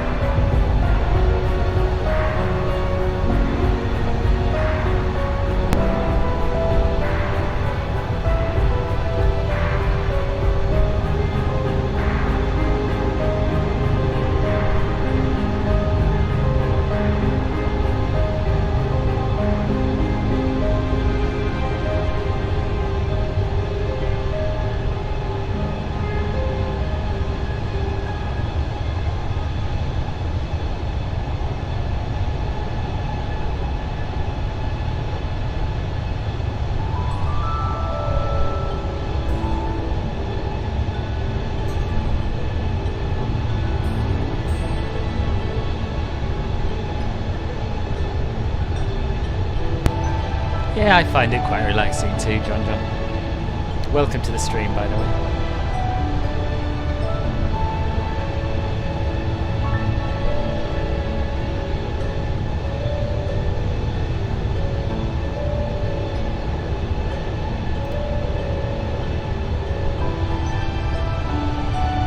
This is Columbus ahead of us, this town here.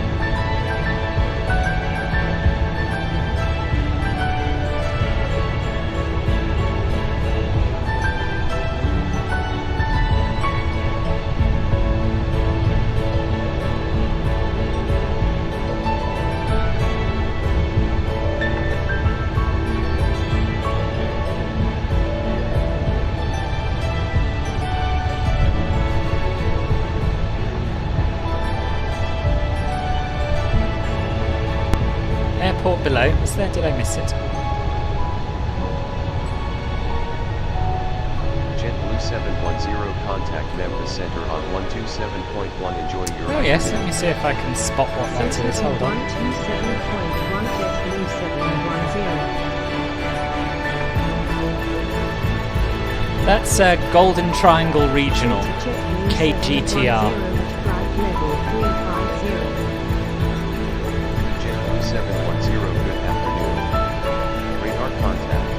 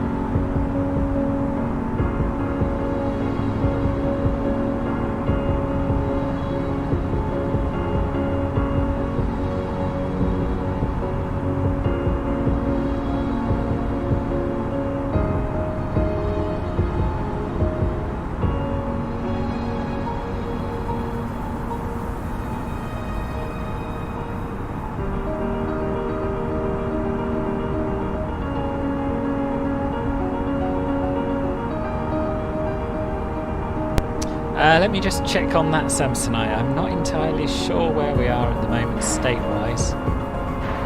Let me check my plan map. Yes, that sounds more right to me, Ruben.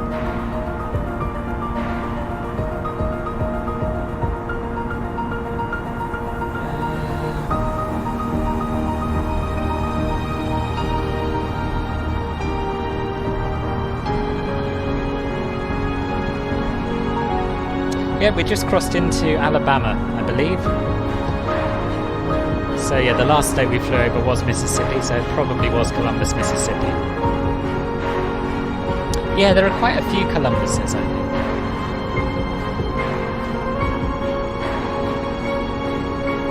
think. It's frustrating, I've got 3 maps open. I've got the Navigraph map, the map in SimBrief, and Little Nav Map. And it's not easy to determine which state you're over in any of them.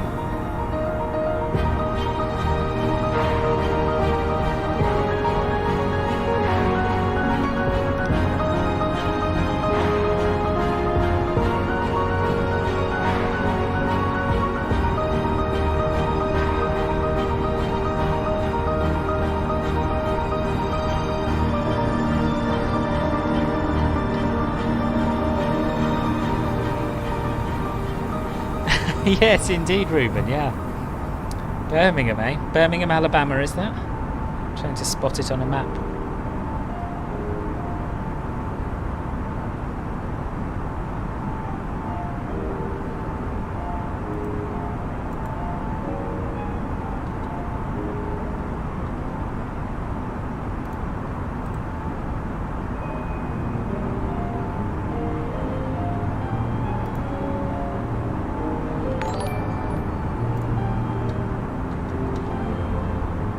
Thanks for the follow, John. Much appreciated.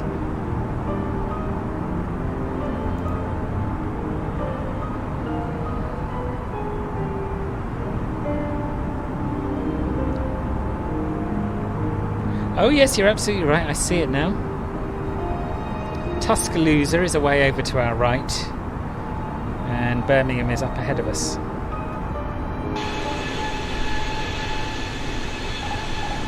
Oh, I pressed the wrong button. AP1. Check. I always do that. I go into spot plane view or whatever it's called in this. Think I'm in drone view and then move the stick and everything goes wrong. Still could have been worse. I think this might be Birmingham up here, but we'll see when we get a bit closer. Yeah, we should see a little bit of New York City. We should do. Let me just check the plan. We won't be flying over it. In fact, we'll be coming in from the other side, but we should see it in the distance, I think. We're flying over... Is it Long Island? I think that's Long Island.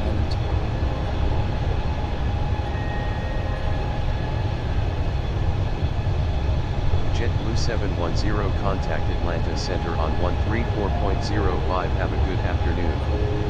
Center on 134.05 JetBlue 710.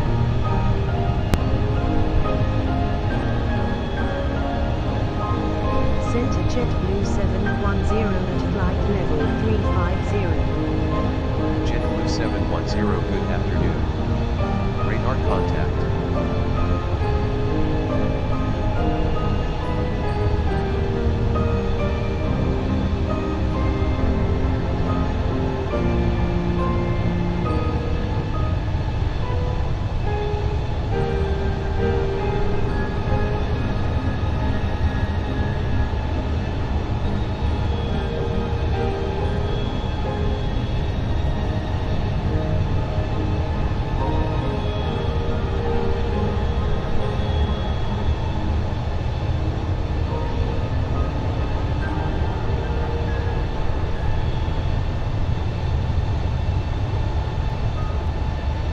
I've only been once, but I would love to go back. Did you have a good time? I presume you did if you've been twice.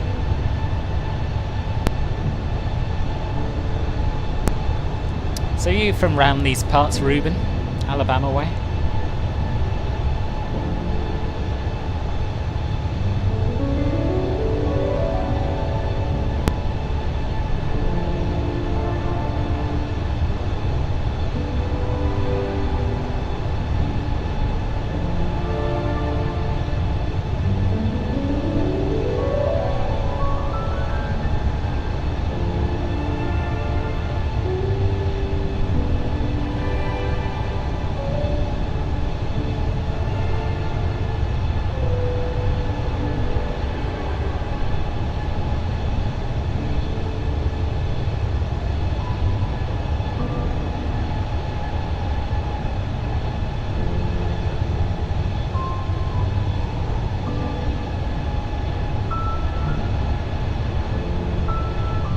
It's a fun city. I found it to be a little bit like London, but more exciting.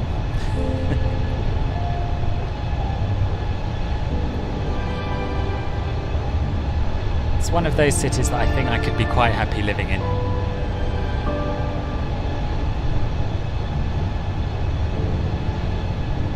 It's a good question, Julie. I think the early Airbuses had yokes, so the A300 and the A310. I'm pretty sure they both have yokes.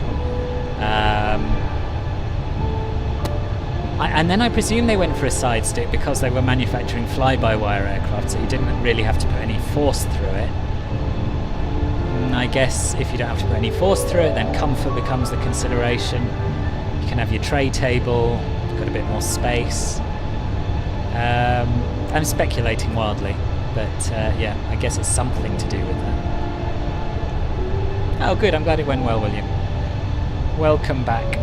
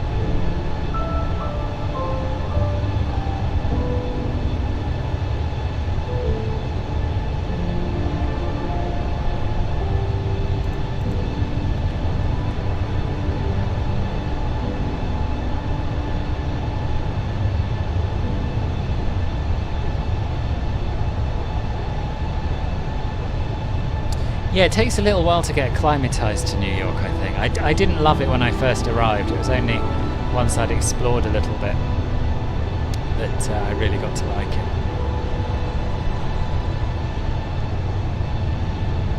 No worries.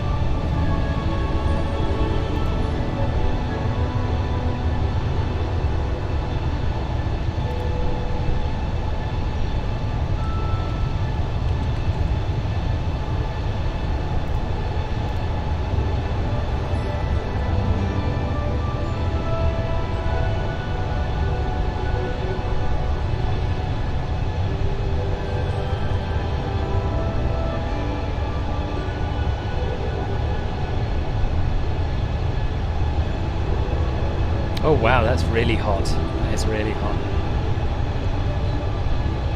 I can't remember what time of year I was there. I think it was either spring or autumn.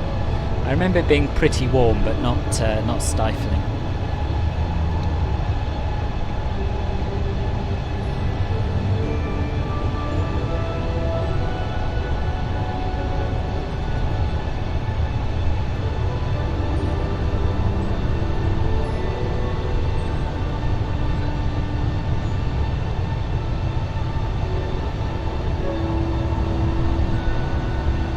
JetBlue710 contact Atlanta Center on 133.8. Enjoy your afternoon. Center on 133.8 JetBlue 710.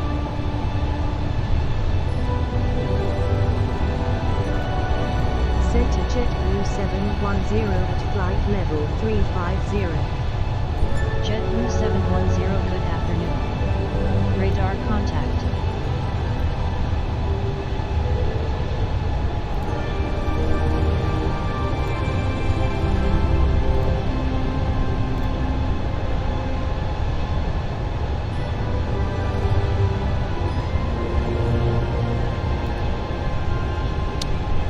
Right, okay. Yeah, that must be the hottest time there, I imagine.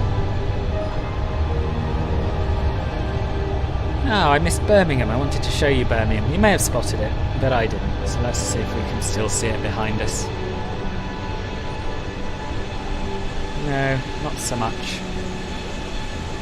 Never mind, the next waypoint that might be of interest is Anniston, which looks like a reasonably big city or town.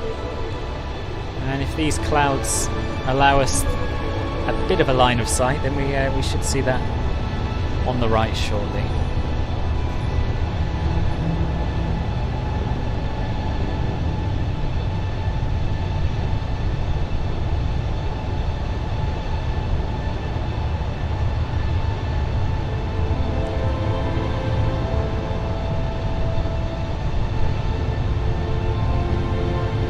Yes, it's very, very different to Amsterdam.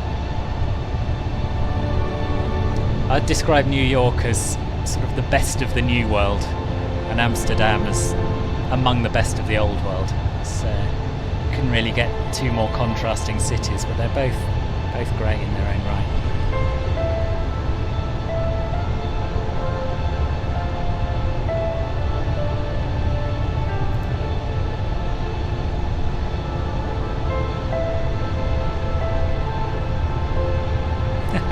We also have an Oxford coming up, just to the south of Anniston.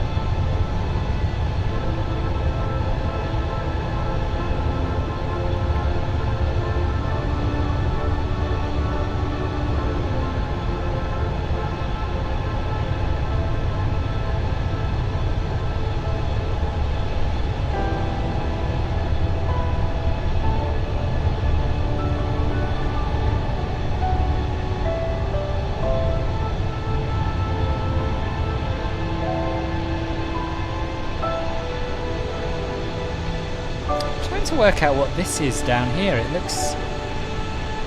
I don't know what it is. It looks like maybe a cemetery or something. I wonder if Google Maps can shed any light on it. Let me have a look.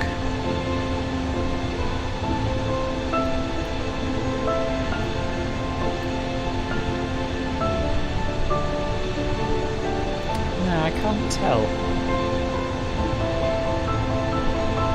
Anyway, this is Anniston here, and beyond it, in the distance, Oxford, which I guess is just around about here.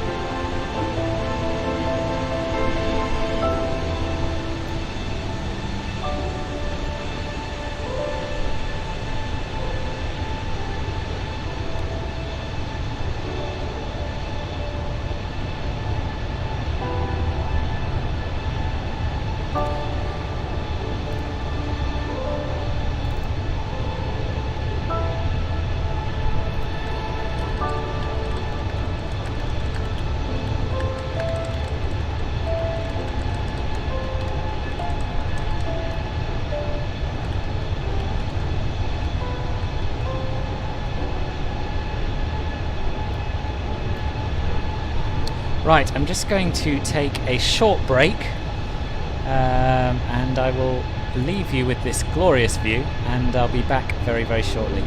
We stayed in Greenwich Village, Samson. We stayed in an apartment there. Oh, thank you, Ruben. You are proving most helpful. Yeah, that would make sense. It does look like a sort of, yeah, military place. Right, as I was saying, back in a bit. I'll see you shortly.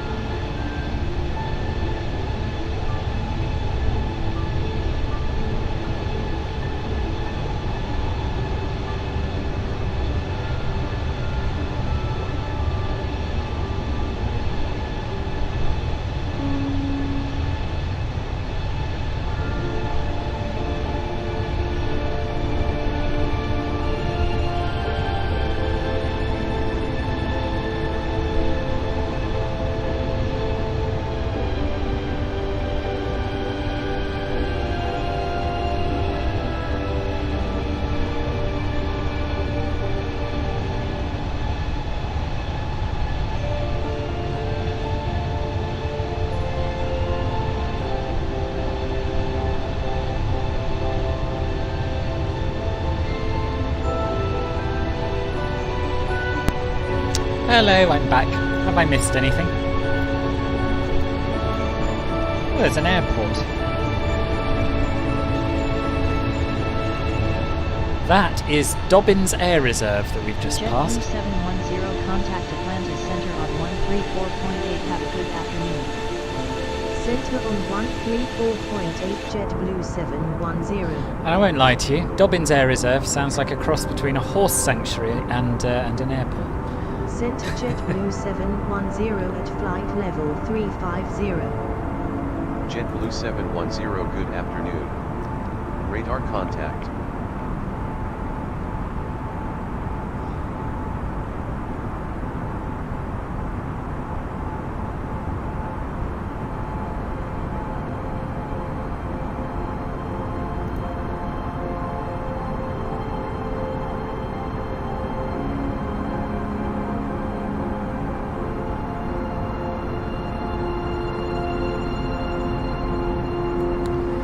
So we'll shortly be crossing the border into South Carolina, making a slight left turn.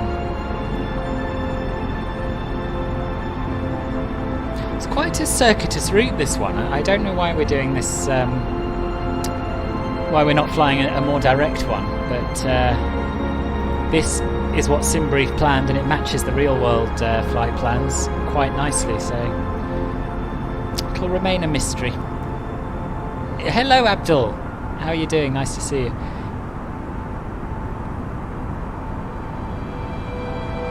Yes, it's all going quite well. All going quite well so far. The plane's behaving, the sim's behaving.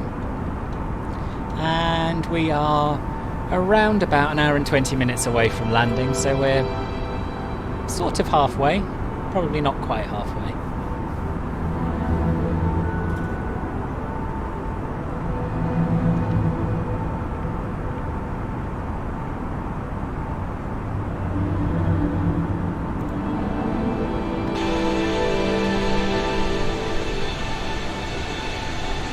So we're just passing Atlanta, that's what this big urban area is down below us.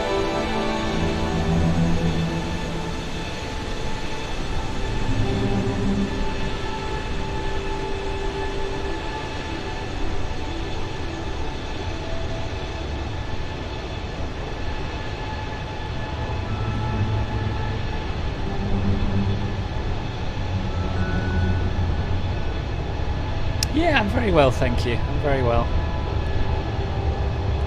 Nice to be doing some flying rather than some reviewing, and even nicer not to be at work today, so yes, I can't complain.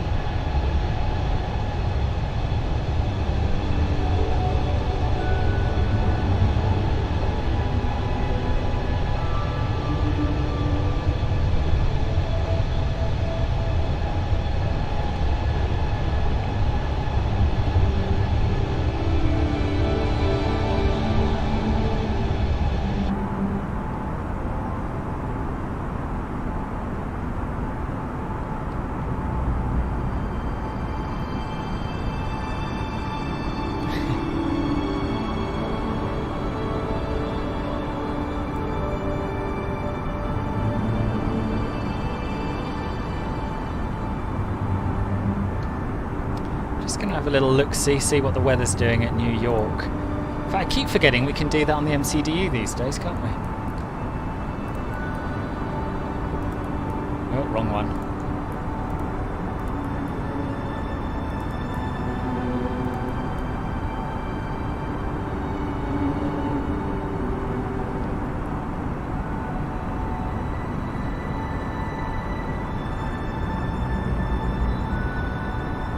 So for those of you who are unaware, you can get the latest METARs, and when they appear, when they arrive, you'll get the company message notification up on the eCam. Just go back to the AOC menu, receive messages, and there we have it. So winds 330 at 7 knots, few clouds at 4,000, scattered clouds at 14,000. That all sounds perfectly reasonable, doesn't it? Shouldn't have too many issues on approach.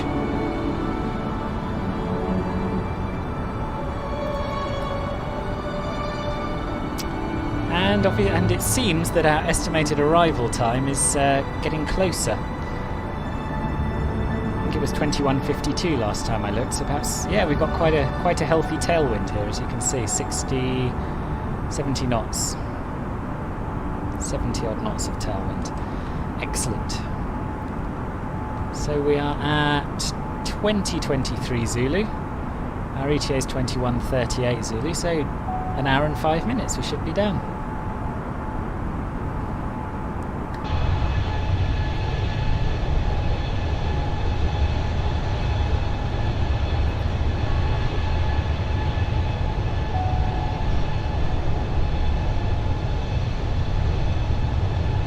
Possibly even slightly ahead of schedule if we're lucky.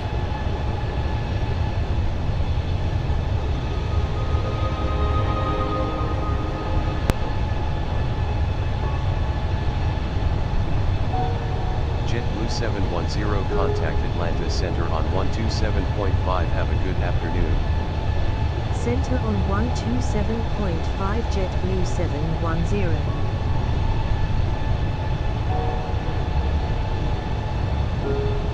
Center JetBlue 710 at flight level 350. JetBlue 710 good afternoon. Radar contact.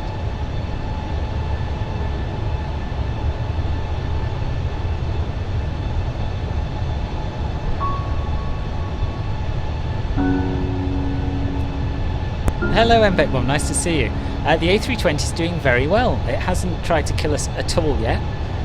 It's flying very nicely. We did have a little bit of wing wobble, so I turned off the secondary 2 flight computer thingy.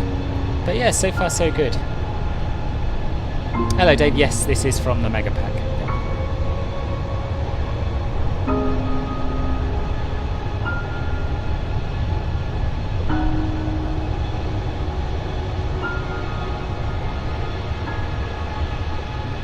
And it's quite nice. It just has unfortunately has a baked-in registration tail number thingy.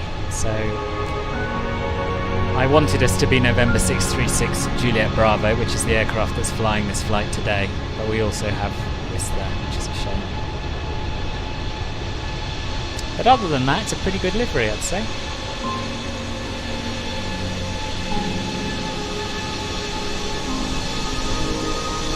Nice and crisp.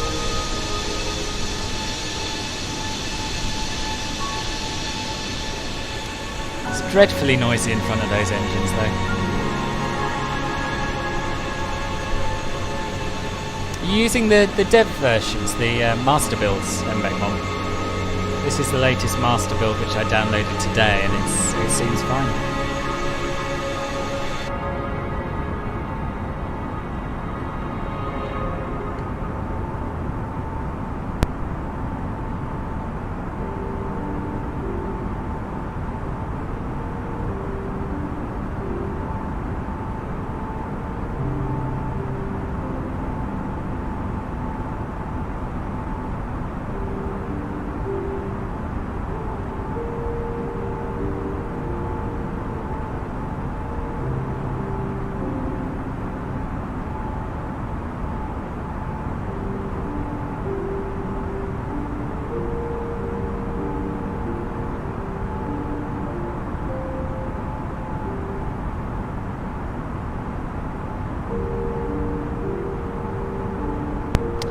I don't know, Dave, to be honest. I downloaded I think it's the version 11 of the Mega Pack, and I've got that saved on my hard drive, and I just dragged something across that looked like JetBlue, and this was it.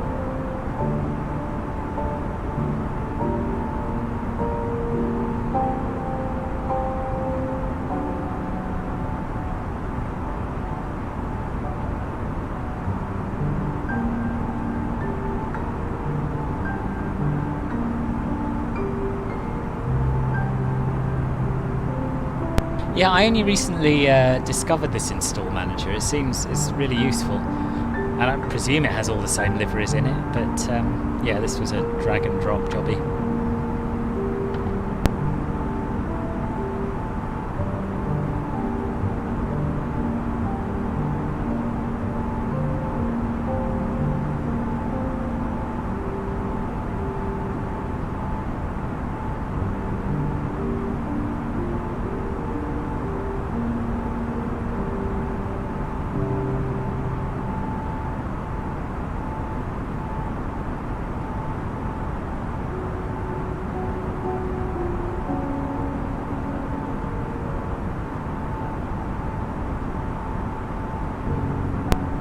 How long till landing? Just over an hour, I think. According to the MCD, we should be there at 21:37, and it's now 20:29. Yeah, so just over an hour. I'll just check what Pilot to ATC reckons. Yeah, that thinks an hour and 9 minutes, so yeah, somewhere in that ballpark.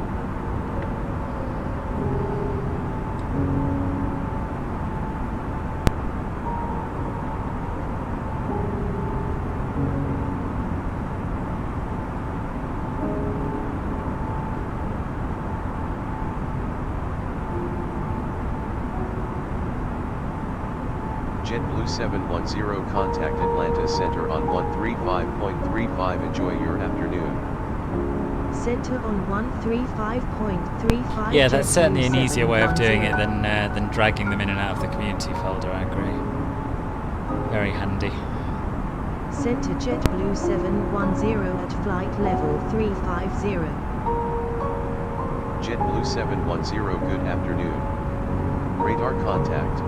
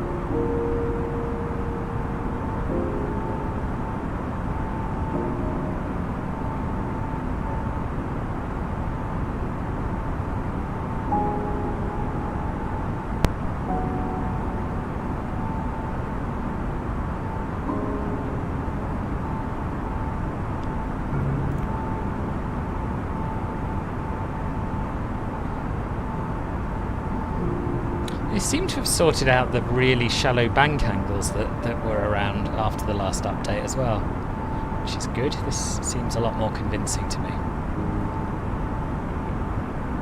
Oh, I didn't know that, Dave. That is an added benefit. Yeah, as I say, I have got it, and I installed my first livery with it the other day, I think, just to try it out. So yeah, I will be using it from now onwards.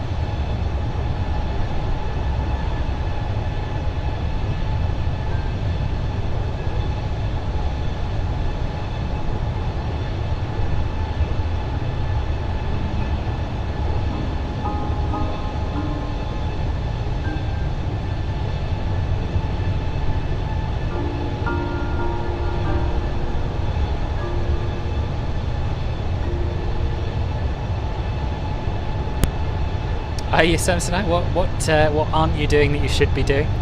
Dare I ask?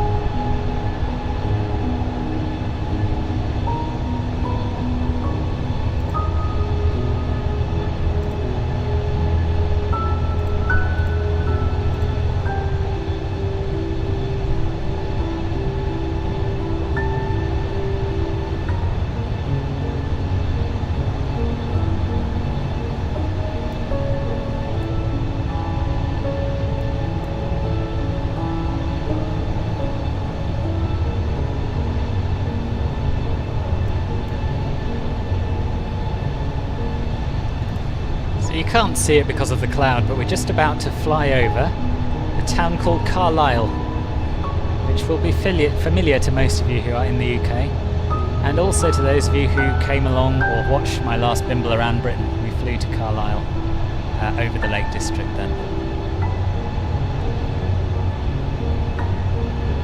JetBlue 710 contact Atlanta Center on 133.15. Have a good afternoon. Center on 133.15 JetBlue 710.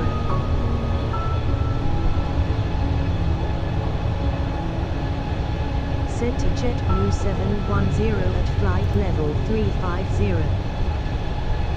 JetBlue 710 good afternoon. Radar contact.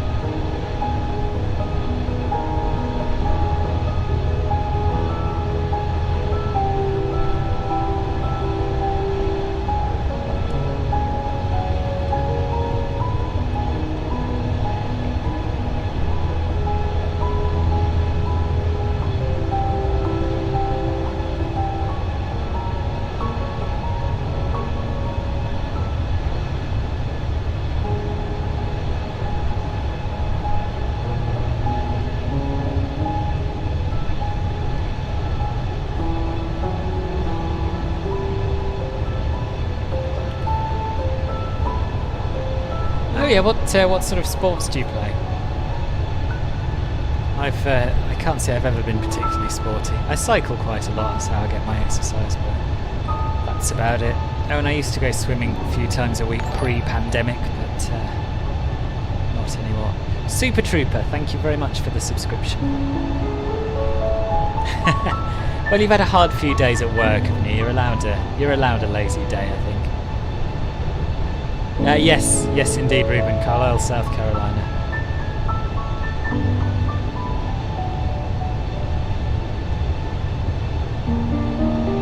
I wish there was a way to display a map on the stream, but I don't know of one. Actually, that's not strictly true.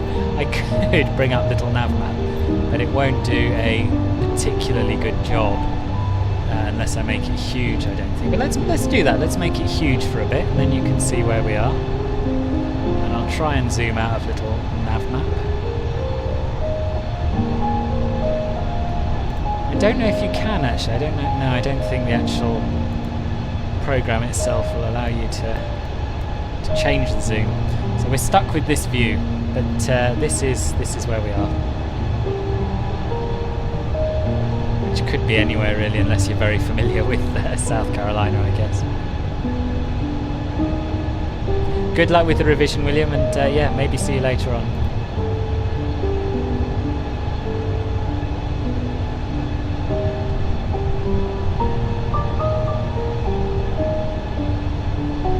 Yeah, that's a long old slog, Samson. I'm not surprised you're having a restful one today.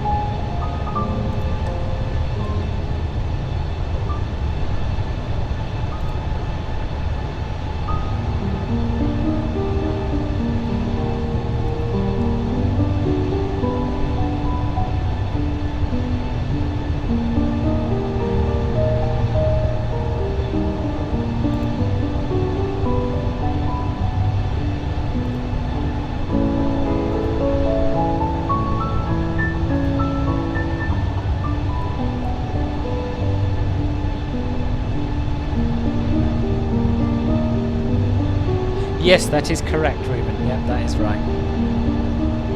Just checked.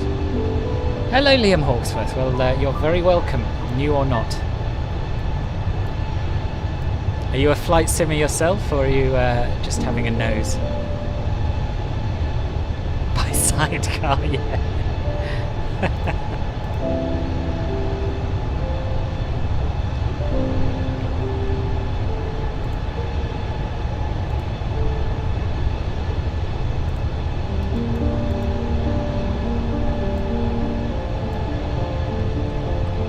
Yeah, if you've got any questions or anything, Liam, just shout.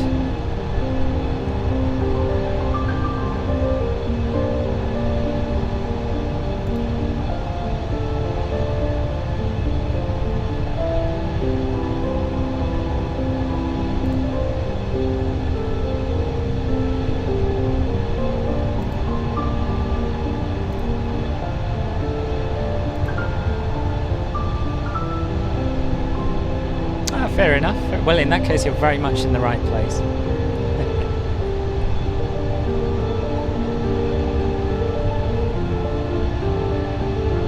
So, yeah, I assume you've got the gist of what's going on. We're flying from Dallas-Fort Worth to JFK. We are just over halfway in distance, but more than that in time, because we've got a nice strong headwind of 80 knots at the moment. And we should be landing in about an hour, something like that. 56 minutes is the rough estimate.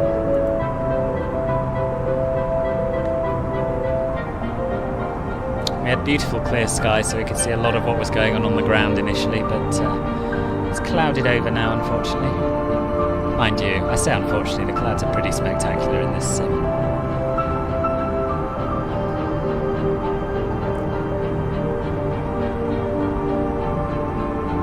Hello FU2 Max. Yes, I'm keeping very well, thanks. How are you? JetBlue 710 contact Washington Center on 135.2. Have a good one. Center on 135.2 JetBlue 710.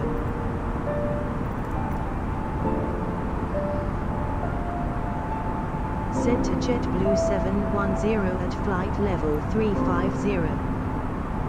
JetBlue 710, good afternoon. Radar contact. I'm from the UK, Liam. And yourself?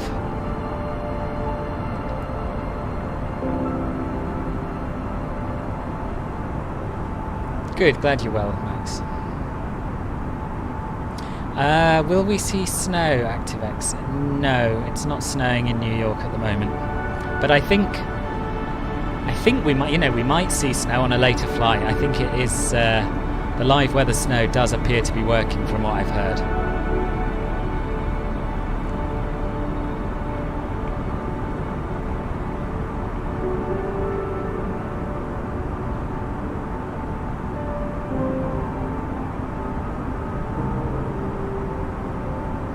London, northeast London.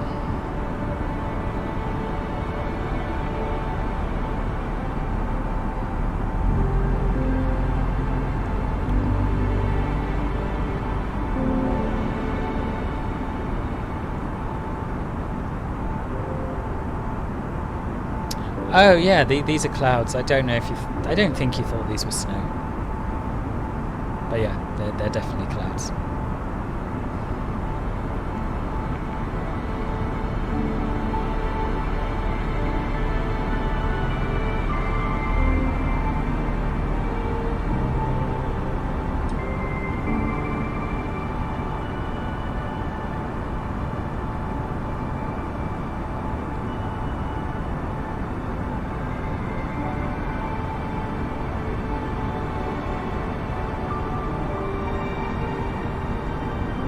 Really, Samsonite? Well, I never. I have to look at a map.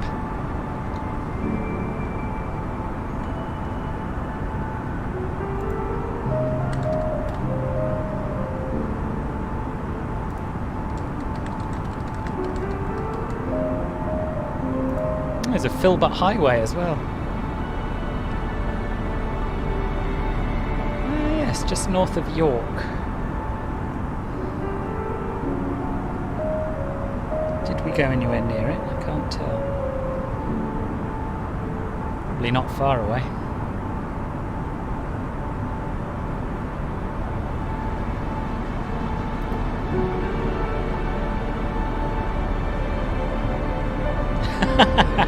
Oh, that's awesome. Well, good to hear that the live weather snow is working.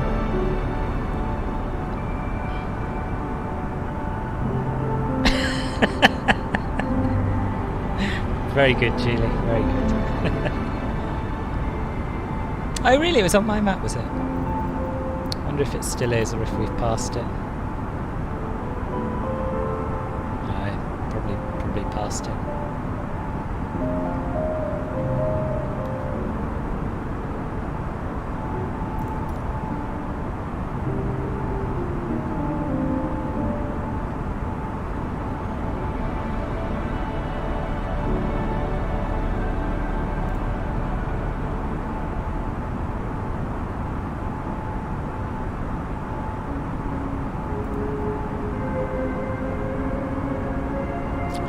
I don't think it does. Can't see one. Let me see.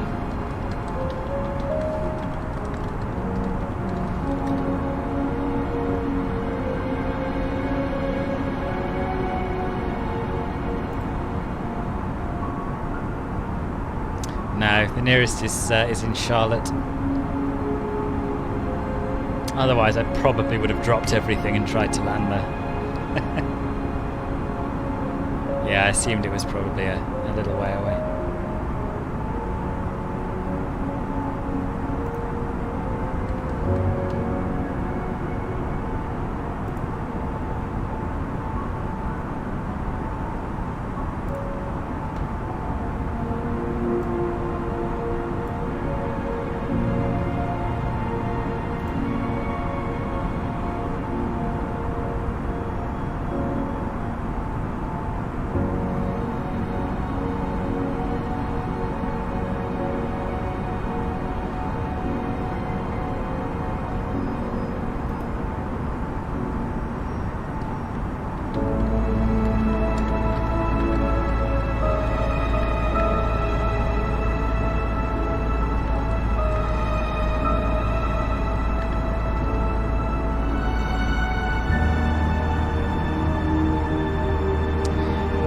Yes, it is. It is, Julie. It's in. I don't think I can show you because we're on live weather. But if you're using custom weather, there's a slider for snow depth. I don't know how well it simulates depths of snow in the real world. I'm not sure about that.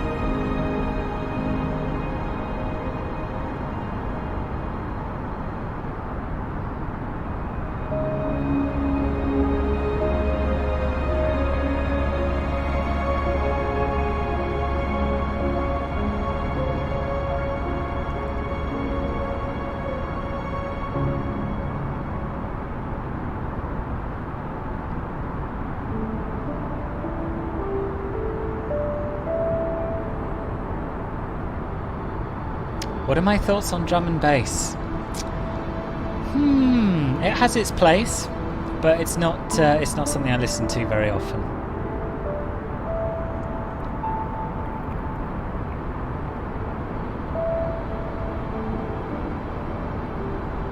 Yes, it is.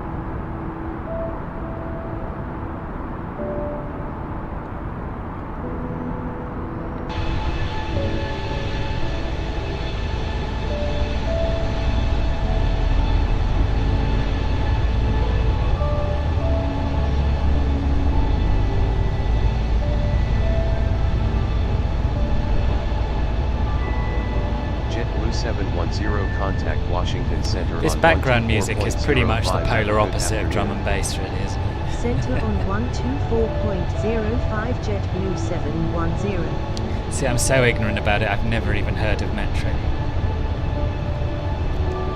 Center JetBlue 710 at flight level 350. JetBlue 710, good afternoon. Radar contact.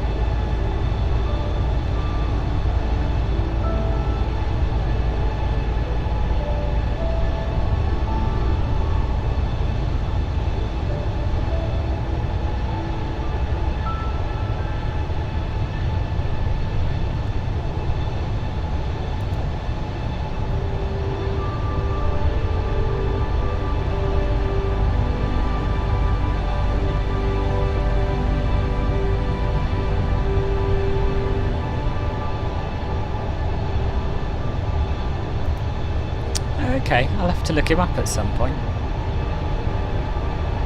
Educate myself, if nothing else.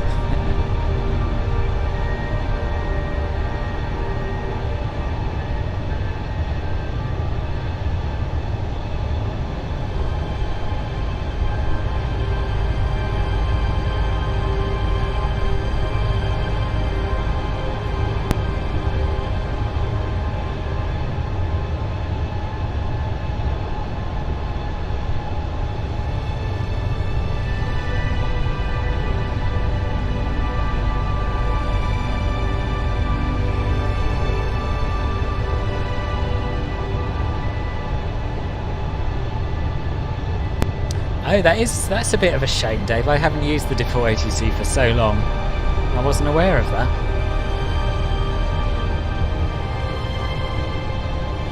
You sure you can't? That isn't something that gets changed in the settings? Because a few updates ago, you're now able to select a metric system, which gives you weights and balances in kilograms. I would have assumed it was all linked to that, but maybe not.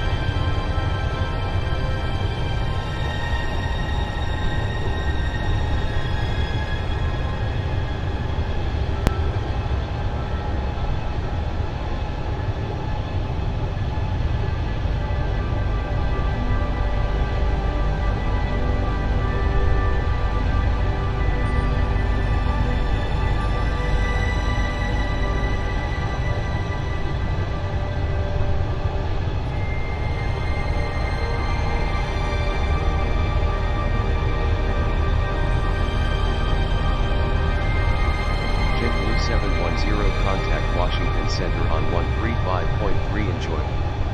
Center on 135.3 JetBlue 710.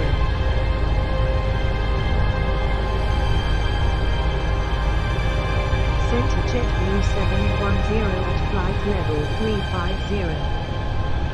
JetBlue 710, good afternoon. Radar contact.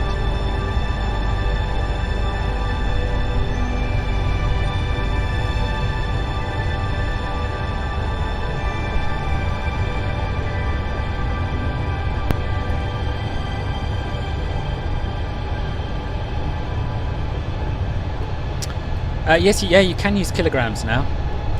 Ah, and there you go. Yeah, they take such small steps forward. If they fix these things properly, it'd be easier to bear the steps backward with every update, wouldn't it, really?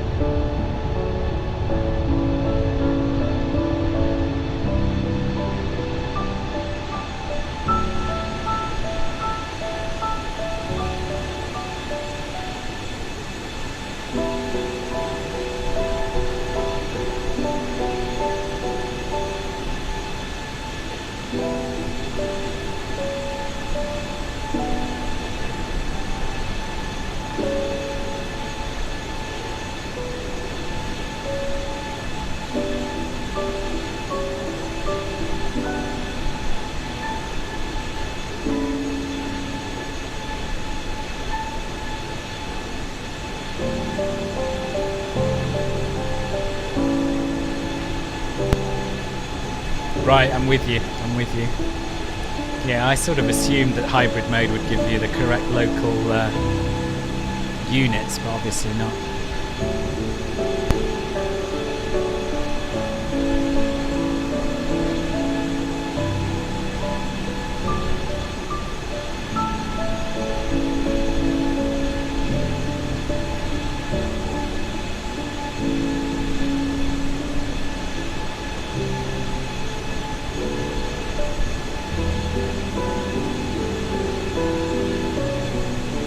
Yeah, it's strange that, isn't it? I don't know why they wouldn't want to know what things actually cost at the checkout.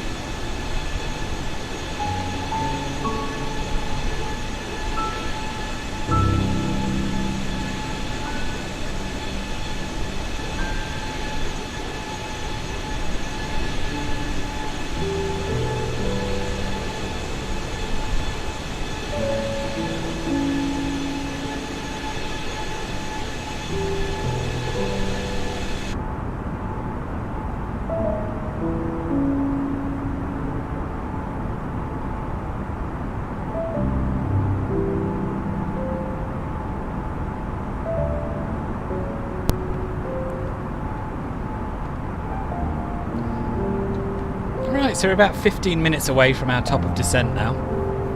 So I think it's probably time to start setting up for the arrival. You have control. I have control. So let's get the latest weather to start off with.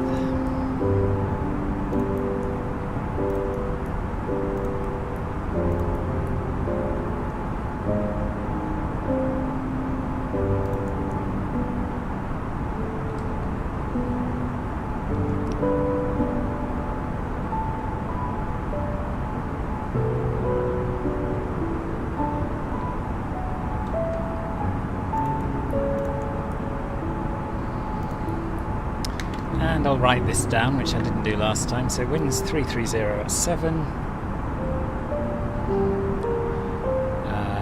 Altimeter is JetBlue 710, contact Washington 29.81. 5.5. Have a good afternoon. Which we will have to convert into JetBlue 710. hectopascals. Temperature's 3. Set to JetBlue 710 at flight level 350. Right, so if we now go over to our performance page. JetBlue 710, good afternoon. Radar contact. And what did I say? 29.81. Let me just Google that. 29.81 inches of mercury in hectopascals is 1009. Temperature 3. Wind, I can't remember what I said, 330 at 7. Transition altitude will be 18,000. MDA, assuming we're going to get the ILS 31 left approach, will be 213. And we'll use flaps full. So that's that bit done. I think I will set up for a 3-1 left approach. We can always change it. It will probably ruin everything.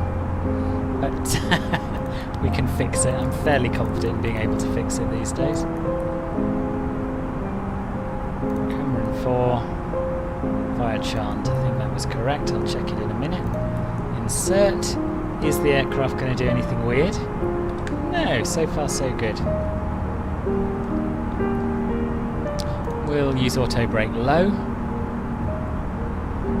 And that's us pretty much set up. Things may change when we get our clearance, but for now that'll do us. I have control. You have control.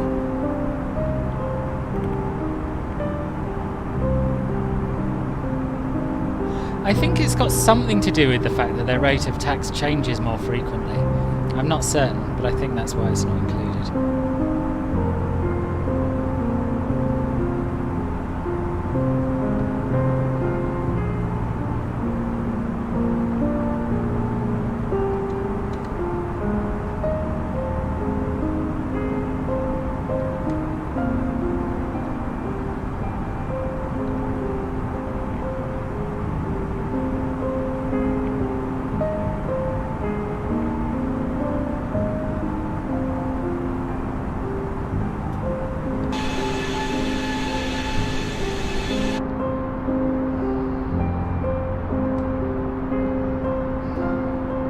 All this flickering is about. I had it on the other side before. Let's see if the other side's flicker free. No, they're both a bit flickery. Oh well, I'll let you have a little look out the windows in spite of the flickering.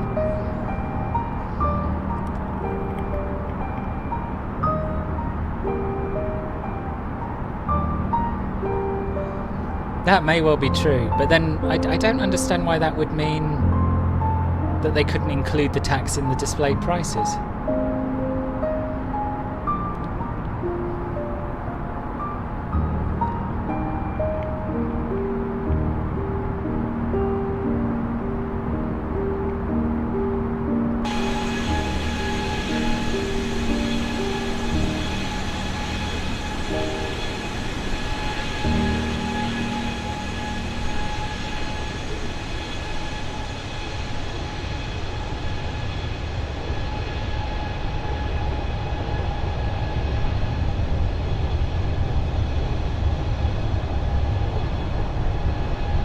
Hello, George, or Jorg. Sorry, I don't know how to pronounce your name. I tend to, yeah, I think you're probably right there. JetBlue 710 contact Washington Center on 123.85. Have a good one. Center on 123. Ah, right. I wondered what you were talking about there, Dave. The flickering, right? Yeah, that makes sense. That makes sense. Center JetBlue 710 at flight level 350. JetBlue 710, good afternoon. Radar contact. Look how long the shadows are.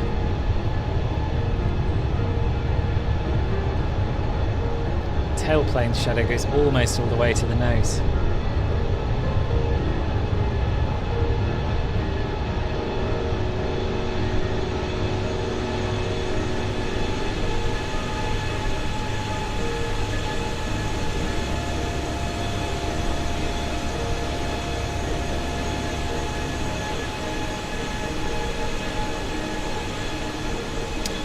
So yeah, hopefully we'll have a reasonably pretty sunset arrival. That is the plan, anyway.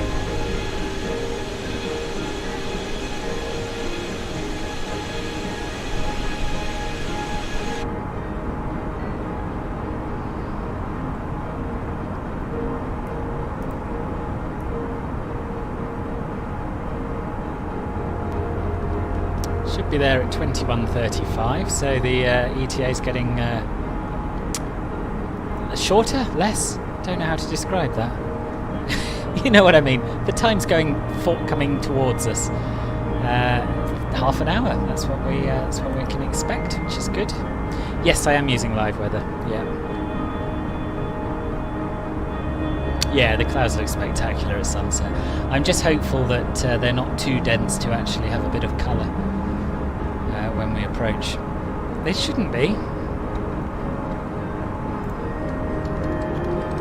because we are expecting JBU710 contact Washington Center on 132.55. few clouds at 4,000. Enjoy your afternoon. Yeah, it might be quite dark actually. Few clouds at 4,000, scattered at 14,000 and broken at 23,000. So we might not have that much light coming through.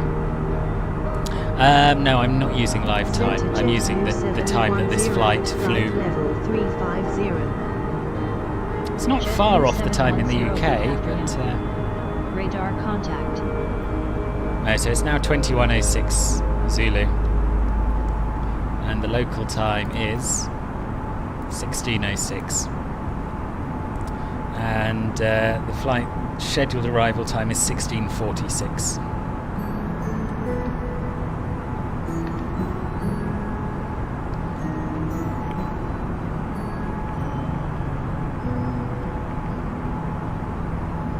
My clouds are looking a little bit grainy. I don't like to say anything, but I've seen them look better. Don't know what that's about. I'm pretty sure I've got my clouds set to ultra.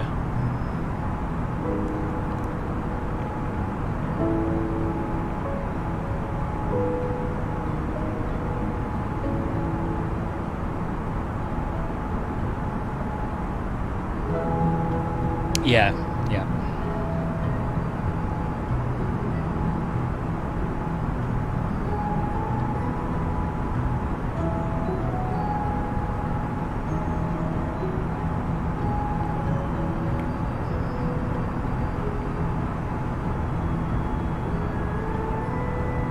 Now with all my flights I tend to fly them at the time they were really flown. Sometimes that matches up with the real world time, but not very often.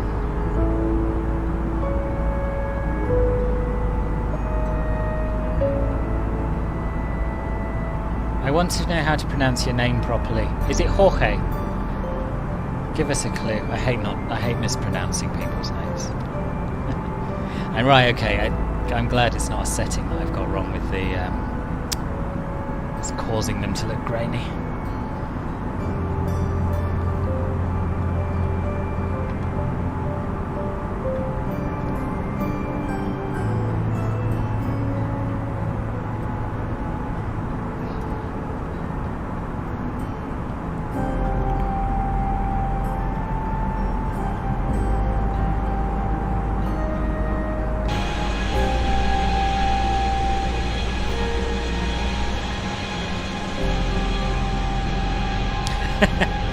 Good. As long as I'm getting closer and not further away from the real pronunciation, I can accept that. Cameron for arrival with the SIE transition for the ILS approach to runway 31 left with the Chan transition at Kennedy International after RADS cleared direct sea aisle. Hello Tolstoy, nice to see you. Transition for the ILS approach to runway 31 left with the Chan transition after this cleared direct sea aisle JetBlue 710. Okay, so Cameron for arrival, which we were expecting. SIE transition, which I'm pretty sure we were expecting. Let me just double check my flight plan. Yeah, we were. And then, what did they say? ILS 31 left with the Chan transition. Pretty sure that is bang on what we programmed into the FMC or the MCDU. Not 5 minutes ago. Yes, good. It's all looking good so far.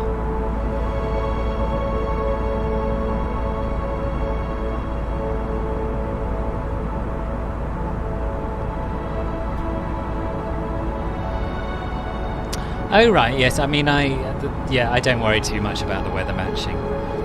Without historic weather, none of us can do that at the moment. How are you finding Rex these days?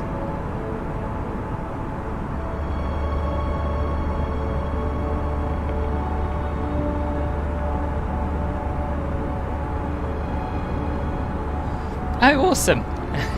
Always nice to have you along. So we are 1 mile behind you. Incredible.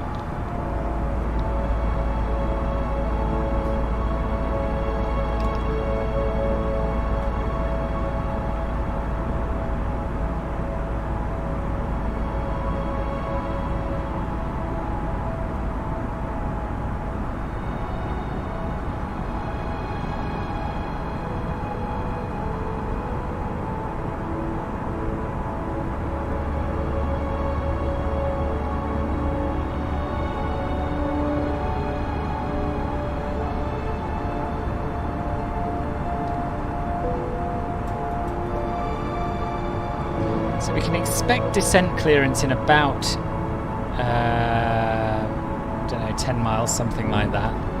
Just going to see how well that matches with our planned top of descent. Should be descending between RADS and SIE.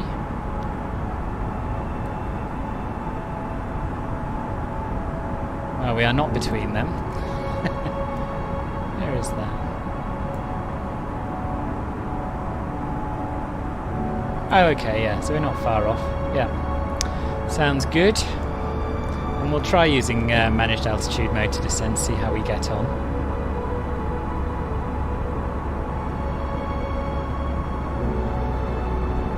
Okay, I'm glad you're enjoying it. You find it better than the live weather in the sim, I take it.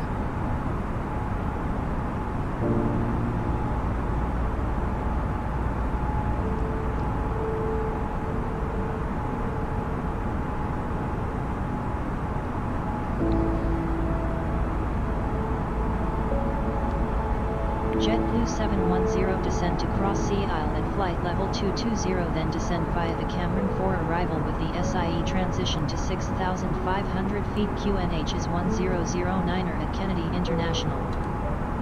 Will cross Sea Isle at flight level 220, then descend via the Cameron for arrival with the SIE transition to 6,500 feet. QNH is 1009 at JetBlue 710.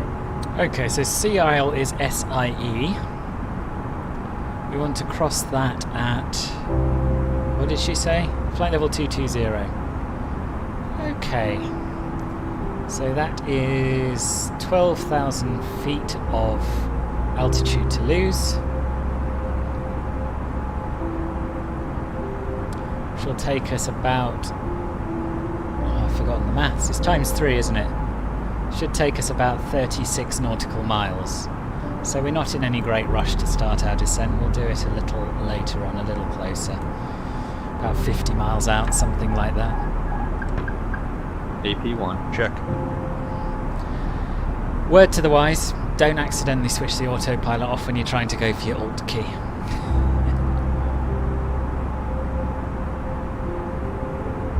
Yeah, that's the one thing that's put me off getting it, Dave, is the lack of transitions and just being able to see the same weather as far as the horizon. But, you know, horses for courses. I'm sure they will both improve over time. And also I hear that Active Sky is being developed for the sim as well, so I'll be interested to see how they do with that.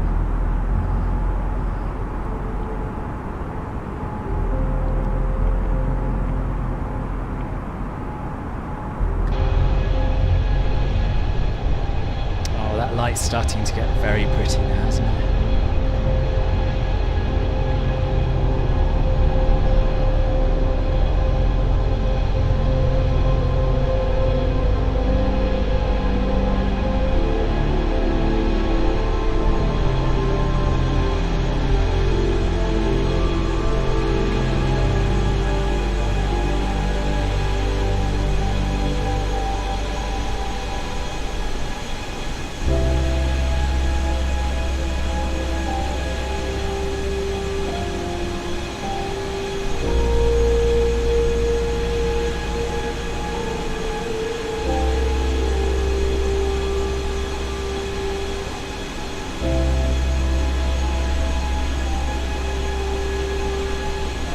Oh really? I didn't know that. I thought when it first came out it just showed the local METAR everywhere. I thought that's how it worked. If they're able to, if they've been able to get transitions in, then I'm sure it's only a matter of time until they manage to smooth them out.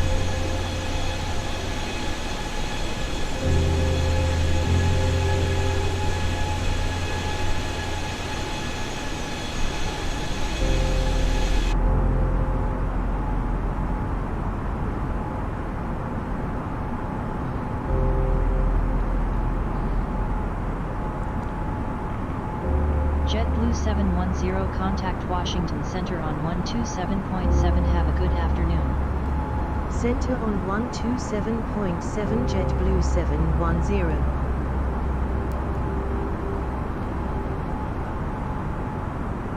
Sent to JetBlue 710 at flight level 350. JetBlue 710, good afternoon. Radar contact. QNH is 1010. QNH is 1010 JetBlue 710.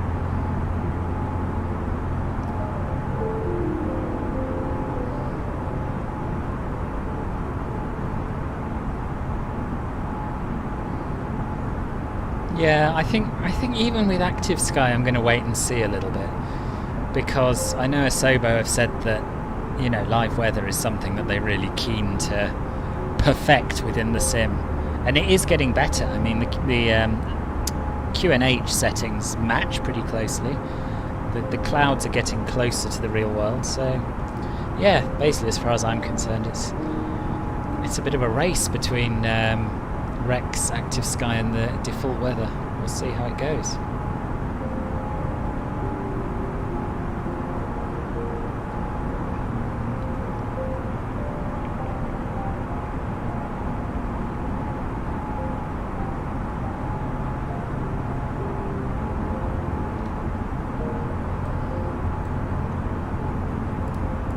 Okay, so we want to cross Sea Isle at flight level 220.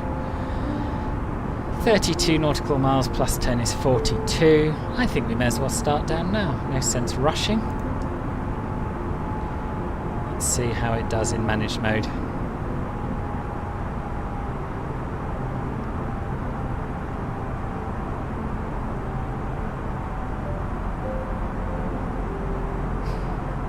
It's being a little bit weird.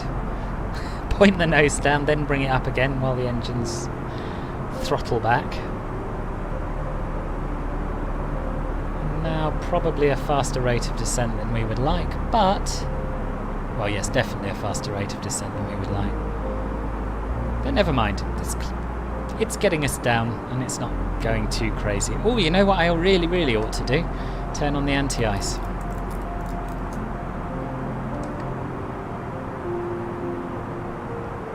Is that true, Dave? I didn't know that the clouds were getting worse. Will it, Tolstoy? Awesome. That's good to know. Thank you. You certainly used to have to convert them, I thought, but maybe I just didn't give it a chance.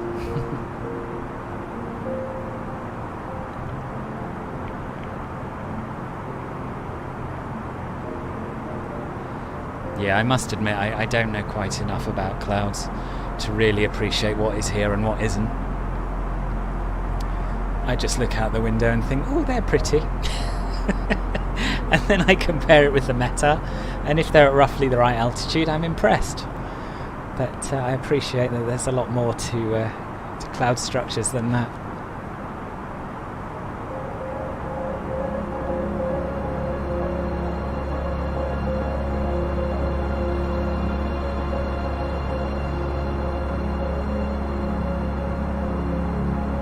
JetBlue 710 contact Washington Center on 125.45. Enjoy your afternoon. Center on 125.45 JetBlue 710.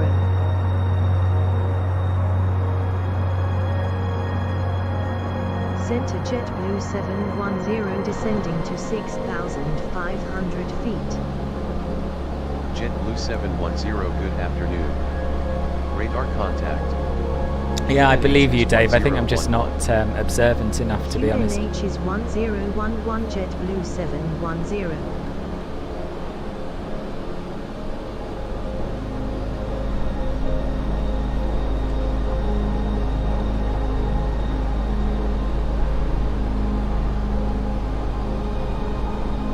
Oh, okay, Reuben. Well, enjoy your dinner. And thanks for the vote of confidence. Check if we made it. We'll make it. Hope to see you again anyway. Oh, there's another plane down here.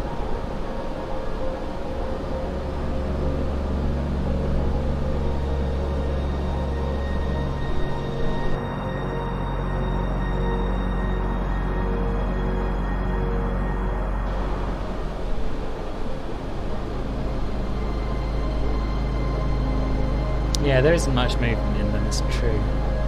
But I don't think I ever noticed the wispiness and that sort of thing.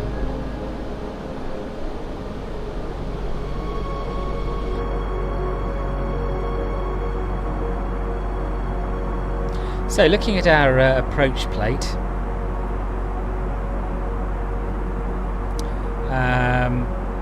we want to be at, well, we should expect to cross Hogs, which is here at flight level 180, but we've been cleared down to 6,500, I think, so we can ignore that.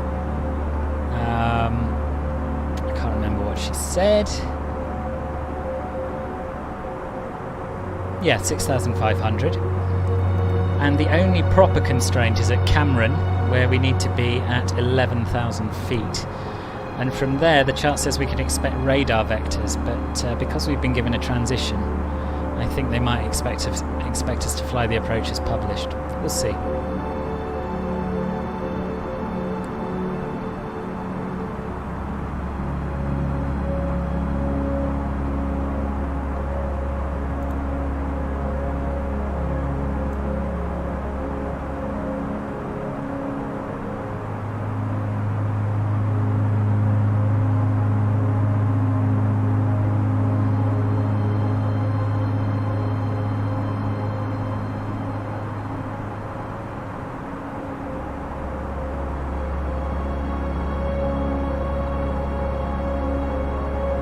Yeah, it certainly shouldn't be beyond them to allow people to choose appropriate levels of cloud detail for their systems, should it?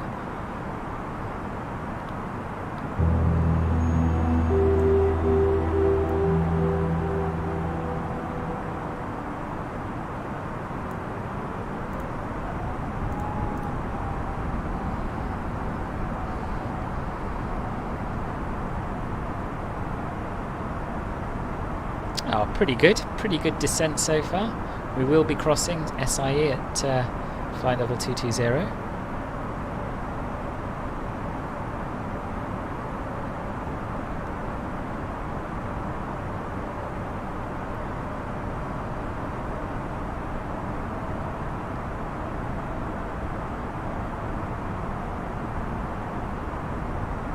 So to get down to 11,000 is descent of 11,000 feet. So 33 nautical miles plus 10, 43 nautical miles. Okay, so we don't need to go lower just yet.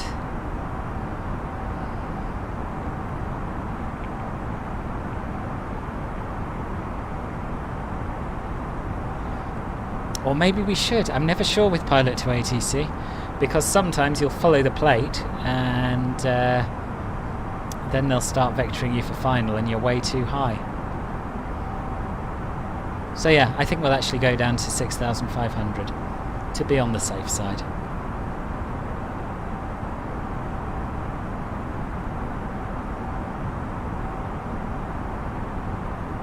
Is that true, Christopher?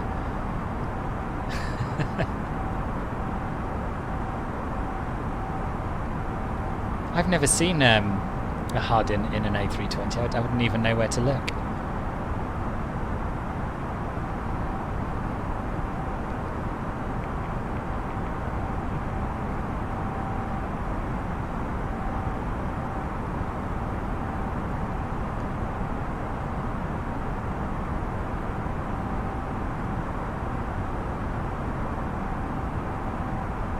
Okay, let's continue our descent down to 6,500.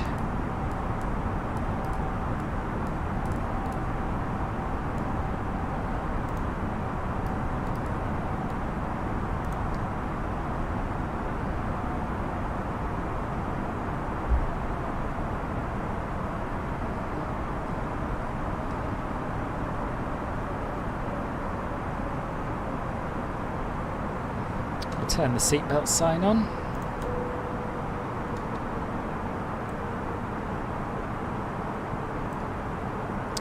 Get some lighting sorted out actually.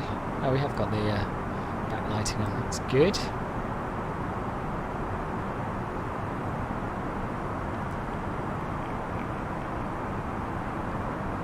Does it? Does it say expect? I've probably misread it. Oh yes, you're spot on, Tolstoy. Thank you. Expect to cross at 250 knots, 11,000 feet. Thank you.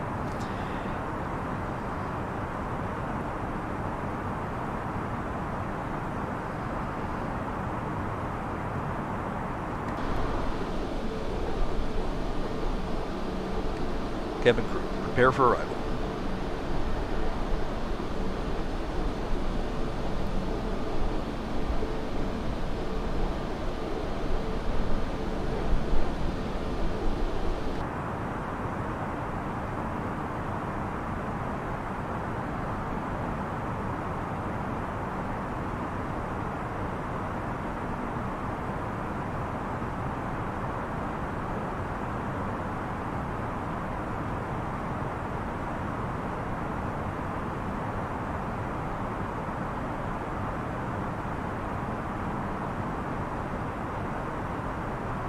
JetBlue 710 contact Washington Center on 124.77. Enjoy your afternoon. Center on 124.77 JetBlue 710. See, these clouds may not be as good as they used to be, but they are still a long way above anything I've seen in a sim before. This is just spectacular. Center JetBlue 710 descending to 6,500 feet. JetBlue 710 good afternoon. Radar contact. QNH is 1008. QNH is 1008 JetBlue 710. Hello Jaime, nice to see you. Welcome to the stream.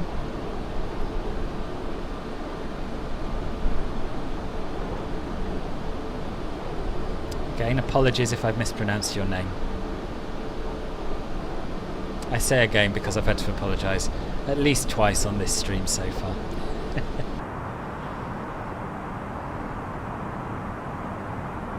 Right, let us set the local pressure. And we'll use the B key to make sure it's right. 2984 set. 2984 set. Passing 16,200. Have a good one. Center on 118.97 JetBlue 710. Now, check. And we can do our approach checklist. Approach checklist. Briefing.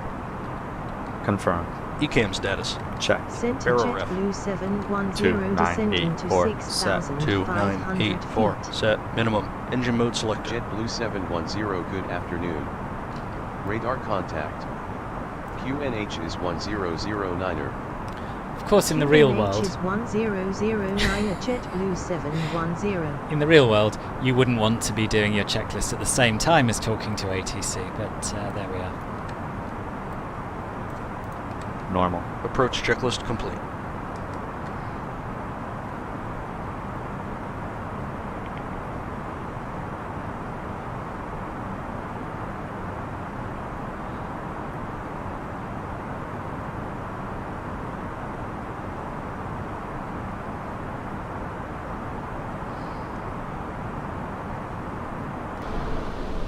Oh, look at that. Not bad, eh? Not bad at all.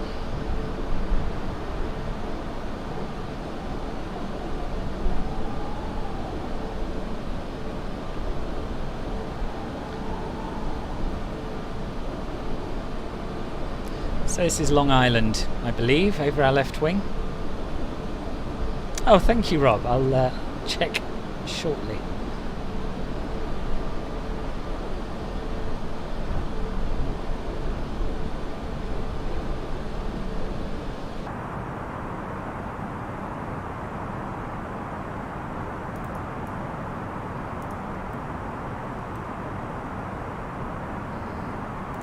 Just dim the old screens a little bit, make them a little bit more comfortable to watch, to look at.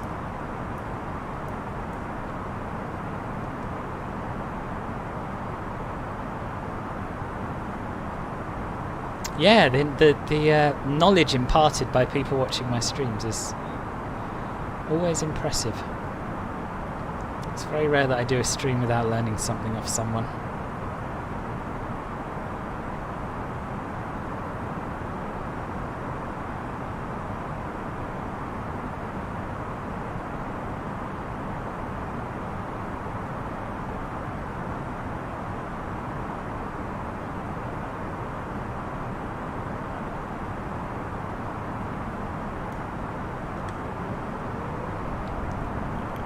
Oh, okay, it wants to stop at 11,000, so we'll use selected altitude mode because we've been cleared for lower.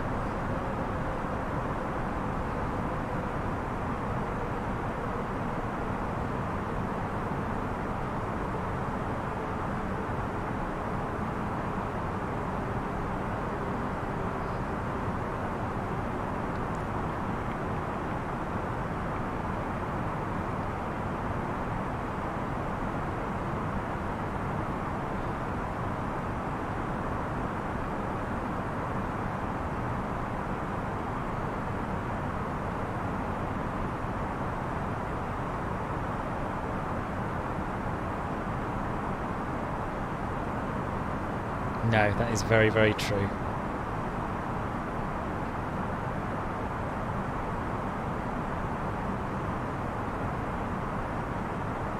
I don't, and they're fantastic. I do think that they probably shouldn't be this spectacular every time.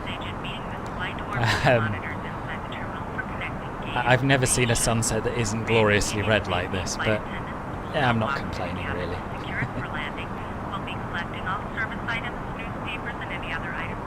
JetBlue 710 QNH is 1008 cleared for the ILS approach to runway 31 left with the chant transition at Kennedy International contact approach on 126.8. Good afternoon. QNH is 1008 cleared for the ILS approach to runway 31 left with the chant transition approach on 126.8. JetBlue Our frequency is correct, 111.35. Approach JetBlue 710 descending to 6,500 feet. JetBlue 710, good afternoon. Going to use a little bit of speed brake, I think.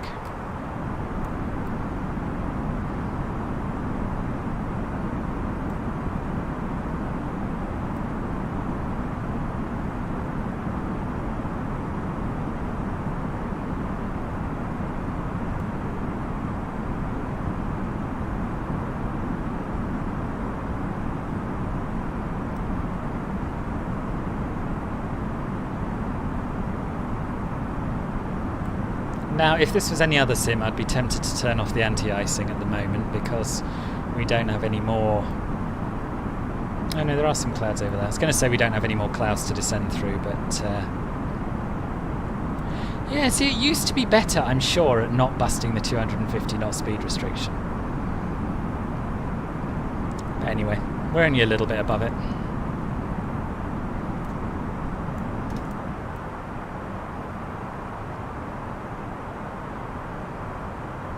Yes, yeah. They're working on it. They're working on their whole independent autopilot system, I believe, so I'm sure it's just a matter of time.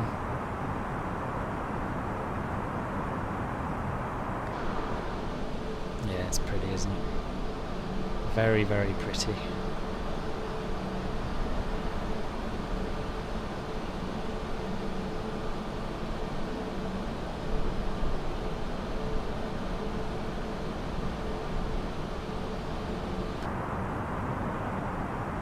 JetBlue 710 descend via the chant transition to 6,500 feet. Descend to 6,500 feet via the chant transition. JetBlue 710. Oh, is it, Jorge? Right, there we are. Something else I've learned. As I say, I've barely done any flying since that last update.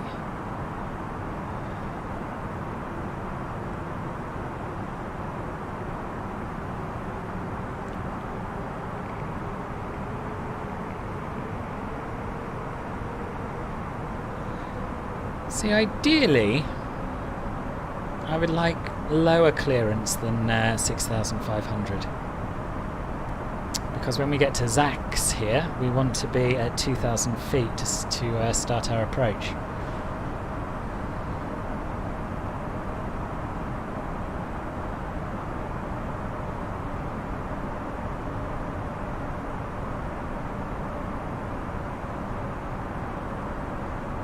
We'll give them a chance. We've got time still.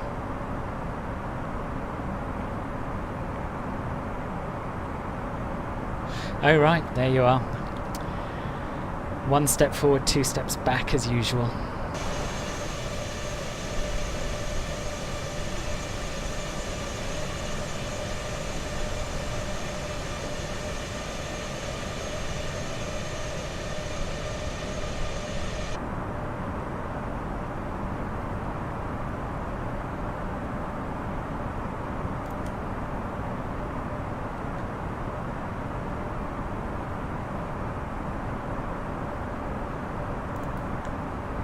Okay.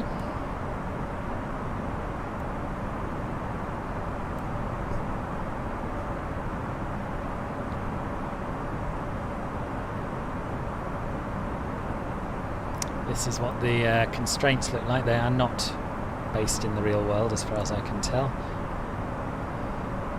Can't see a constraint for chant because chant doesn't appear on the on either chart. Unless I'm missing a chart, that wouldn't be the first time. Perhaps there are transition charts as well as star charts.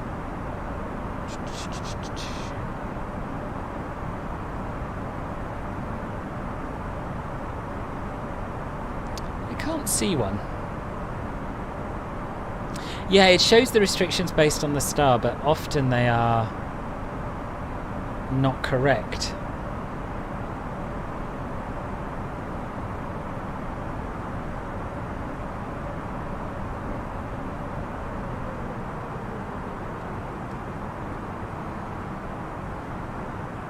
Anyway, we'll see if ATC clears to 2000 after chant. They might. And we should have time to do it, shouldn't we?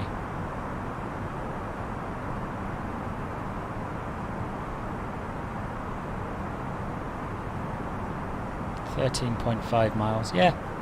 Yes, that seems doable.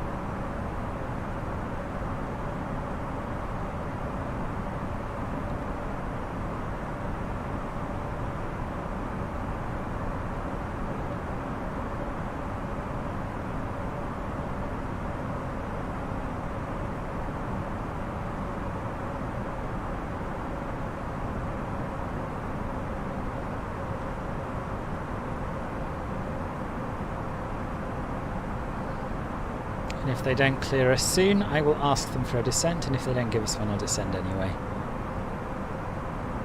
JetBlue 710, request descent to 2,000 feet.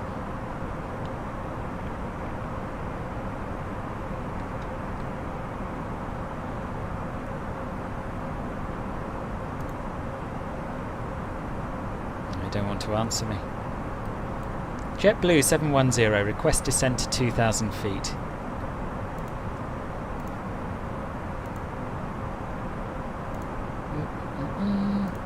Okay, let's just do it.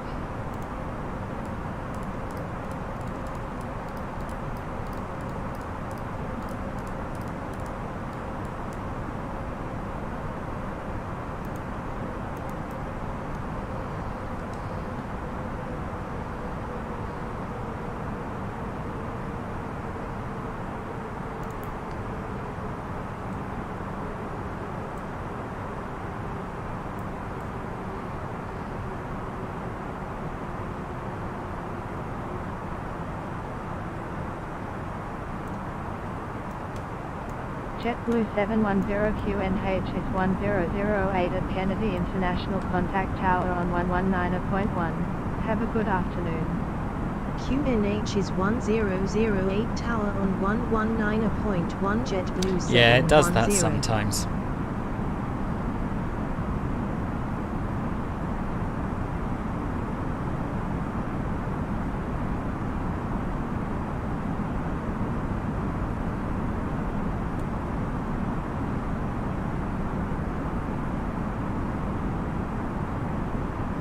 Too high and too fast.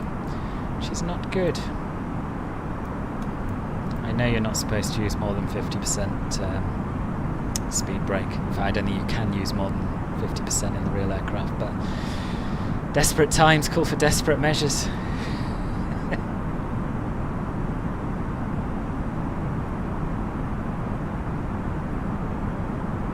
Yeah, it's totally not interested in keeping us out of green dot speed anymore, is it?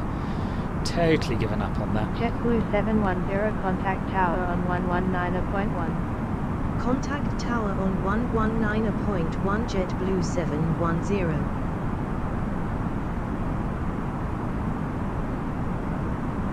Tower JetBlue 710 inbound for ILS approach runway 31 left. JetBlue 710 goed afturnen. Radar contact. Continue ILS to runway 31 left call and establish continuum. Continue ILS to runway 31 left will call when established on final JetBlue 710.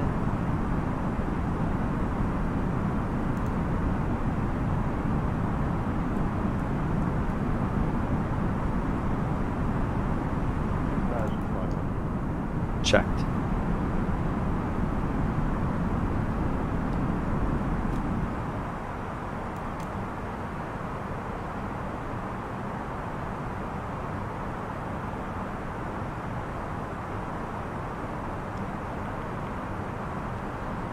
Yeah, that's what I meant. I didn't express it very well.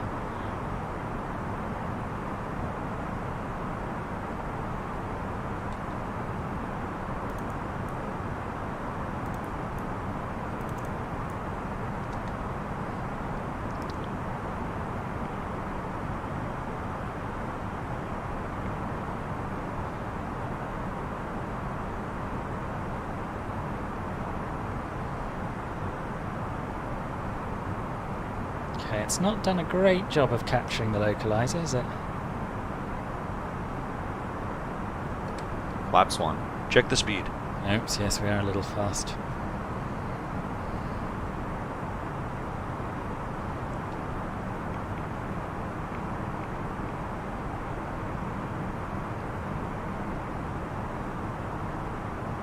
Flaps 1. Speed checked. Flaps 1.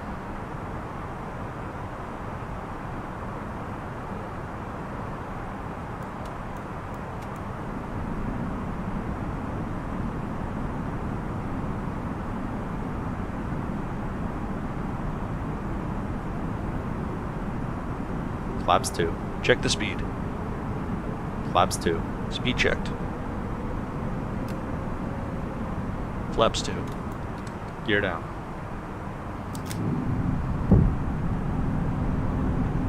Gear down.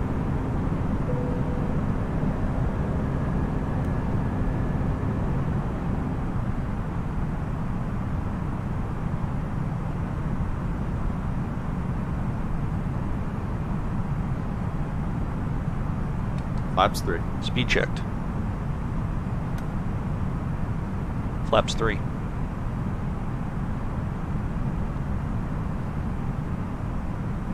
Flaps full. Speed checked. Flaps full. Cabin crew seats for landing. Cabin crew be seated for landing. Oh, really? I've had it overshoot localizers before, but yeah. Wonder what's special about these runways. Landing checklist. Cabin crew. Advised. Auto thrust. Speed. Auto brake. Blow. ECAM memo. Landing. No blue. Landing checklist complete. 1,000. Checked. Oh, all right. Thanks, Tolstoy. Good luck with your appointment. And I'll see you tomorrow, probably, won't I?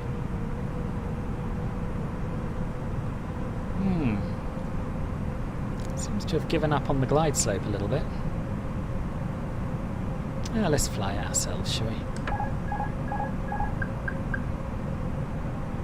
JetBlue 710 in satellite and variable clear to land runway 31 left. Clear to land runway 31 left JetBlue 710.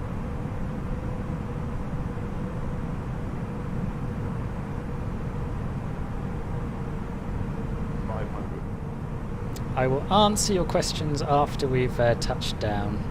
Just got to concentrate at the minute. 400.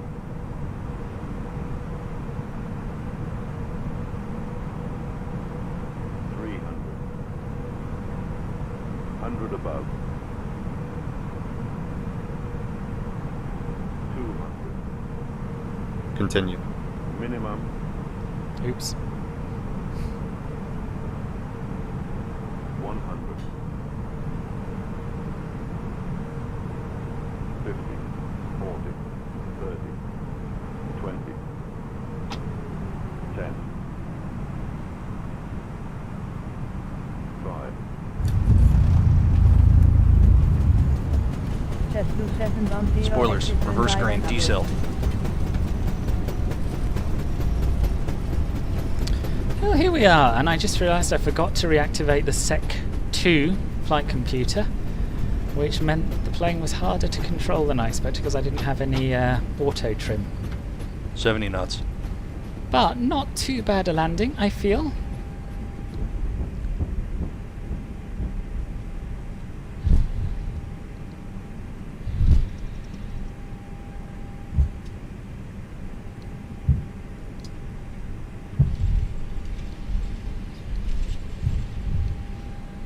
Ladies and gentlemen, this is the conclusion of our flight. Please remain seated with your seatbelts fastened until the captain has turned off the seatbelt sign and the aircraft is parked safely at the gate. This will be your indication it is safe to move about the cabin, gather your belongings, and disembark. We'd like to thank you for flying with us today. We Tower, JetBlue 710, clear of runway. JetBlue 710, contact ground on 121.65. Enjoy your afternoon. Ground on 121.65 JetBlue 710.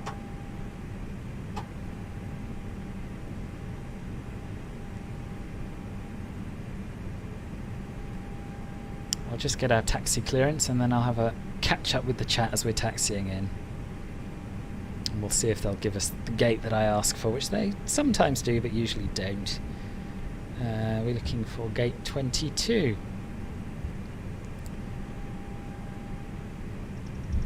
JetBlue 710, request taxi to gate 22. JetBlue 710 taxi to gate, Foxtrot 7 via taxiways Papa, November, Echo. Taxi No. to gate Foxtrot 7 via taxiways Papa, November, Echo, JetBlue 710. Right, what have I missed in this here chat? When did you hit activate approach phase? I didn't. It does it automatically. As Dave says. Yes, correct. Why did I deactivate it? Oh, you've answered all these questions for me, Dave. Yeah, to prevent the the wing rock. Yes, indeed. And you, Mbek Mom. It was a buttery landing. Yes, it wasn't bad. It wasn't bad, was it? Good. Right, I'll do the after landing checklist while I work out where we're going. After landing checklist. Flaps. Retracted. Spoilers. Disarm. APU. Start. Radar. Oh. Radar still on.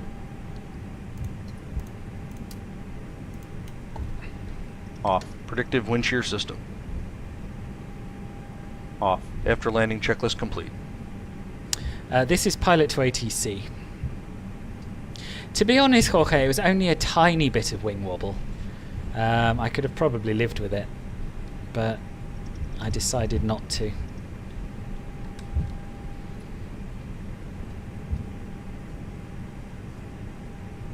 So what with pilot to ATC refusing to give us taxi clearance to the gate I want to taxi to, I'm making it up as I go along.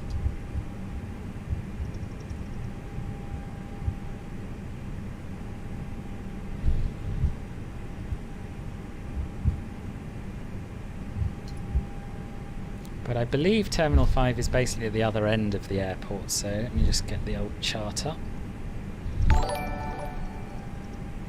Yeah, so we're on Alpha at the moment. And we'll follow that round. And that should all be good.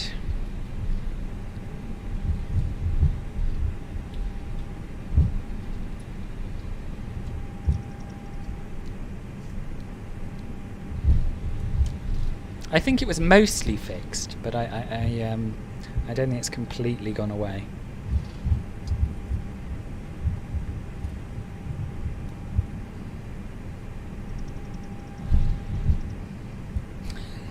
I can taxi in a straight line, but not while I'm also looking down at my iPad. I don't know why I've turned that back on, like it's going to help me taxi straight. But you know, you never know.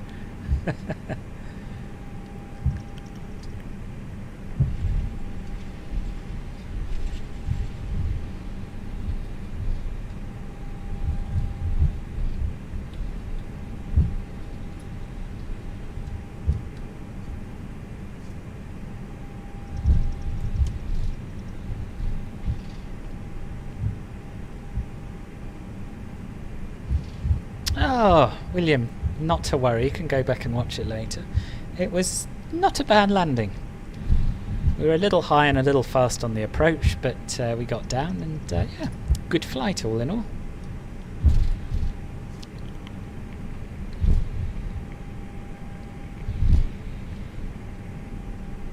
You're very welcome, Dave. It was nice to have you along, and thanks for your contributions.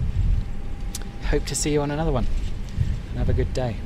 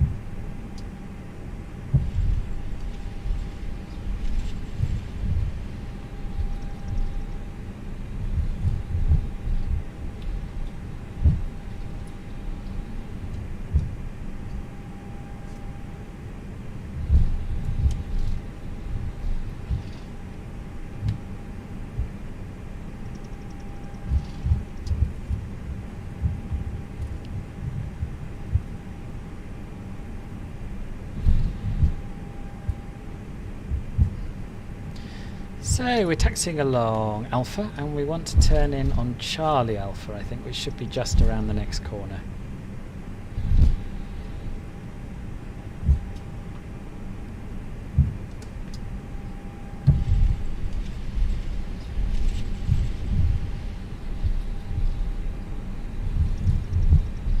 I don't know what you think, but to me JFK is one of the better default airports.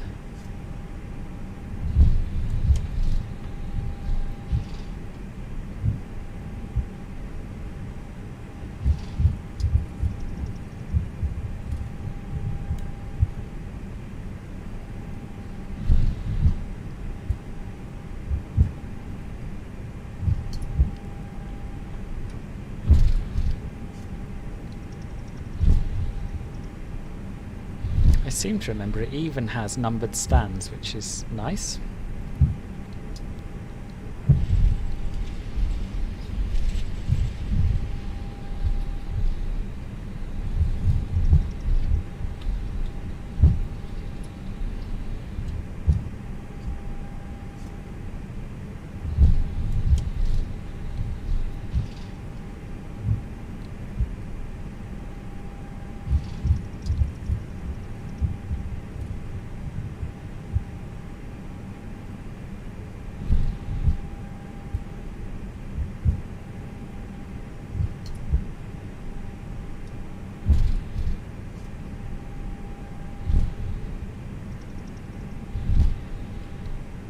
Mind you, it's not easy to see where you're going once you turn off the main taxiways, is it? I think this should be Charlie Alpha. That's Delta Alpha. Stand by, stand by. Oh yeah, I meant Delta Alpha. Yeah, good, we're all good. Oh, hello, what's going on here? Another little glitch with the track IR.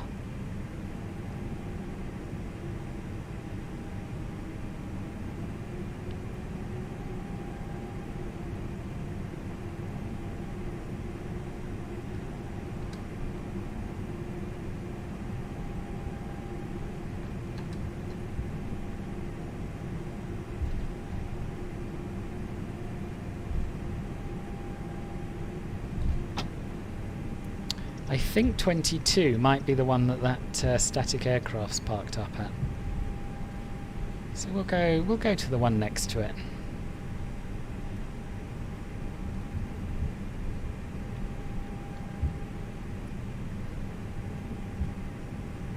Taxi light off.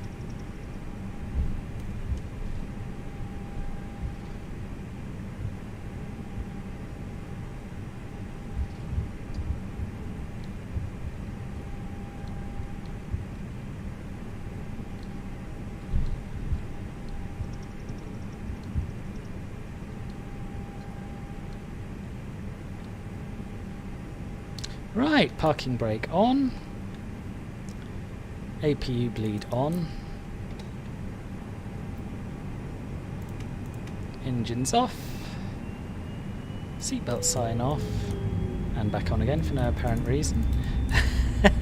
Anti-ice off. Beacon off. Fuel pumps off. And we'll do the parking checklist. Parking checklist. APU bleed. On. Engines. Off. Seatbelts. Off. Exterior lights. Set. Fuel pumps. Off. Parking brake and shocks. On and in. Parking checklist complete. So here we are. Welcome to New York JFK, everybody. This is Terminal 5 and we're probably at gate 23, I think. Could be 22. They aren't numbered. I thought they were. Anyway, what have I missed in the chat? Rob, top 3 most important features as far as gameplay goes. Blimey. Now you're asking.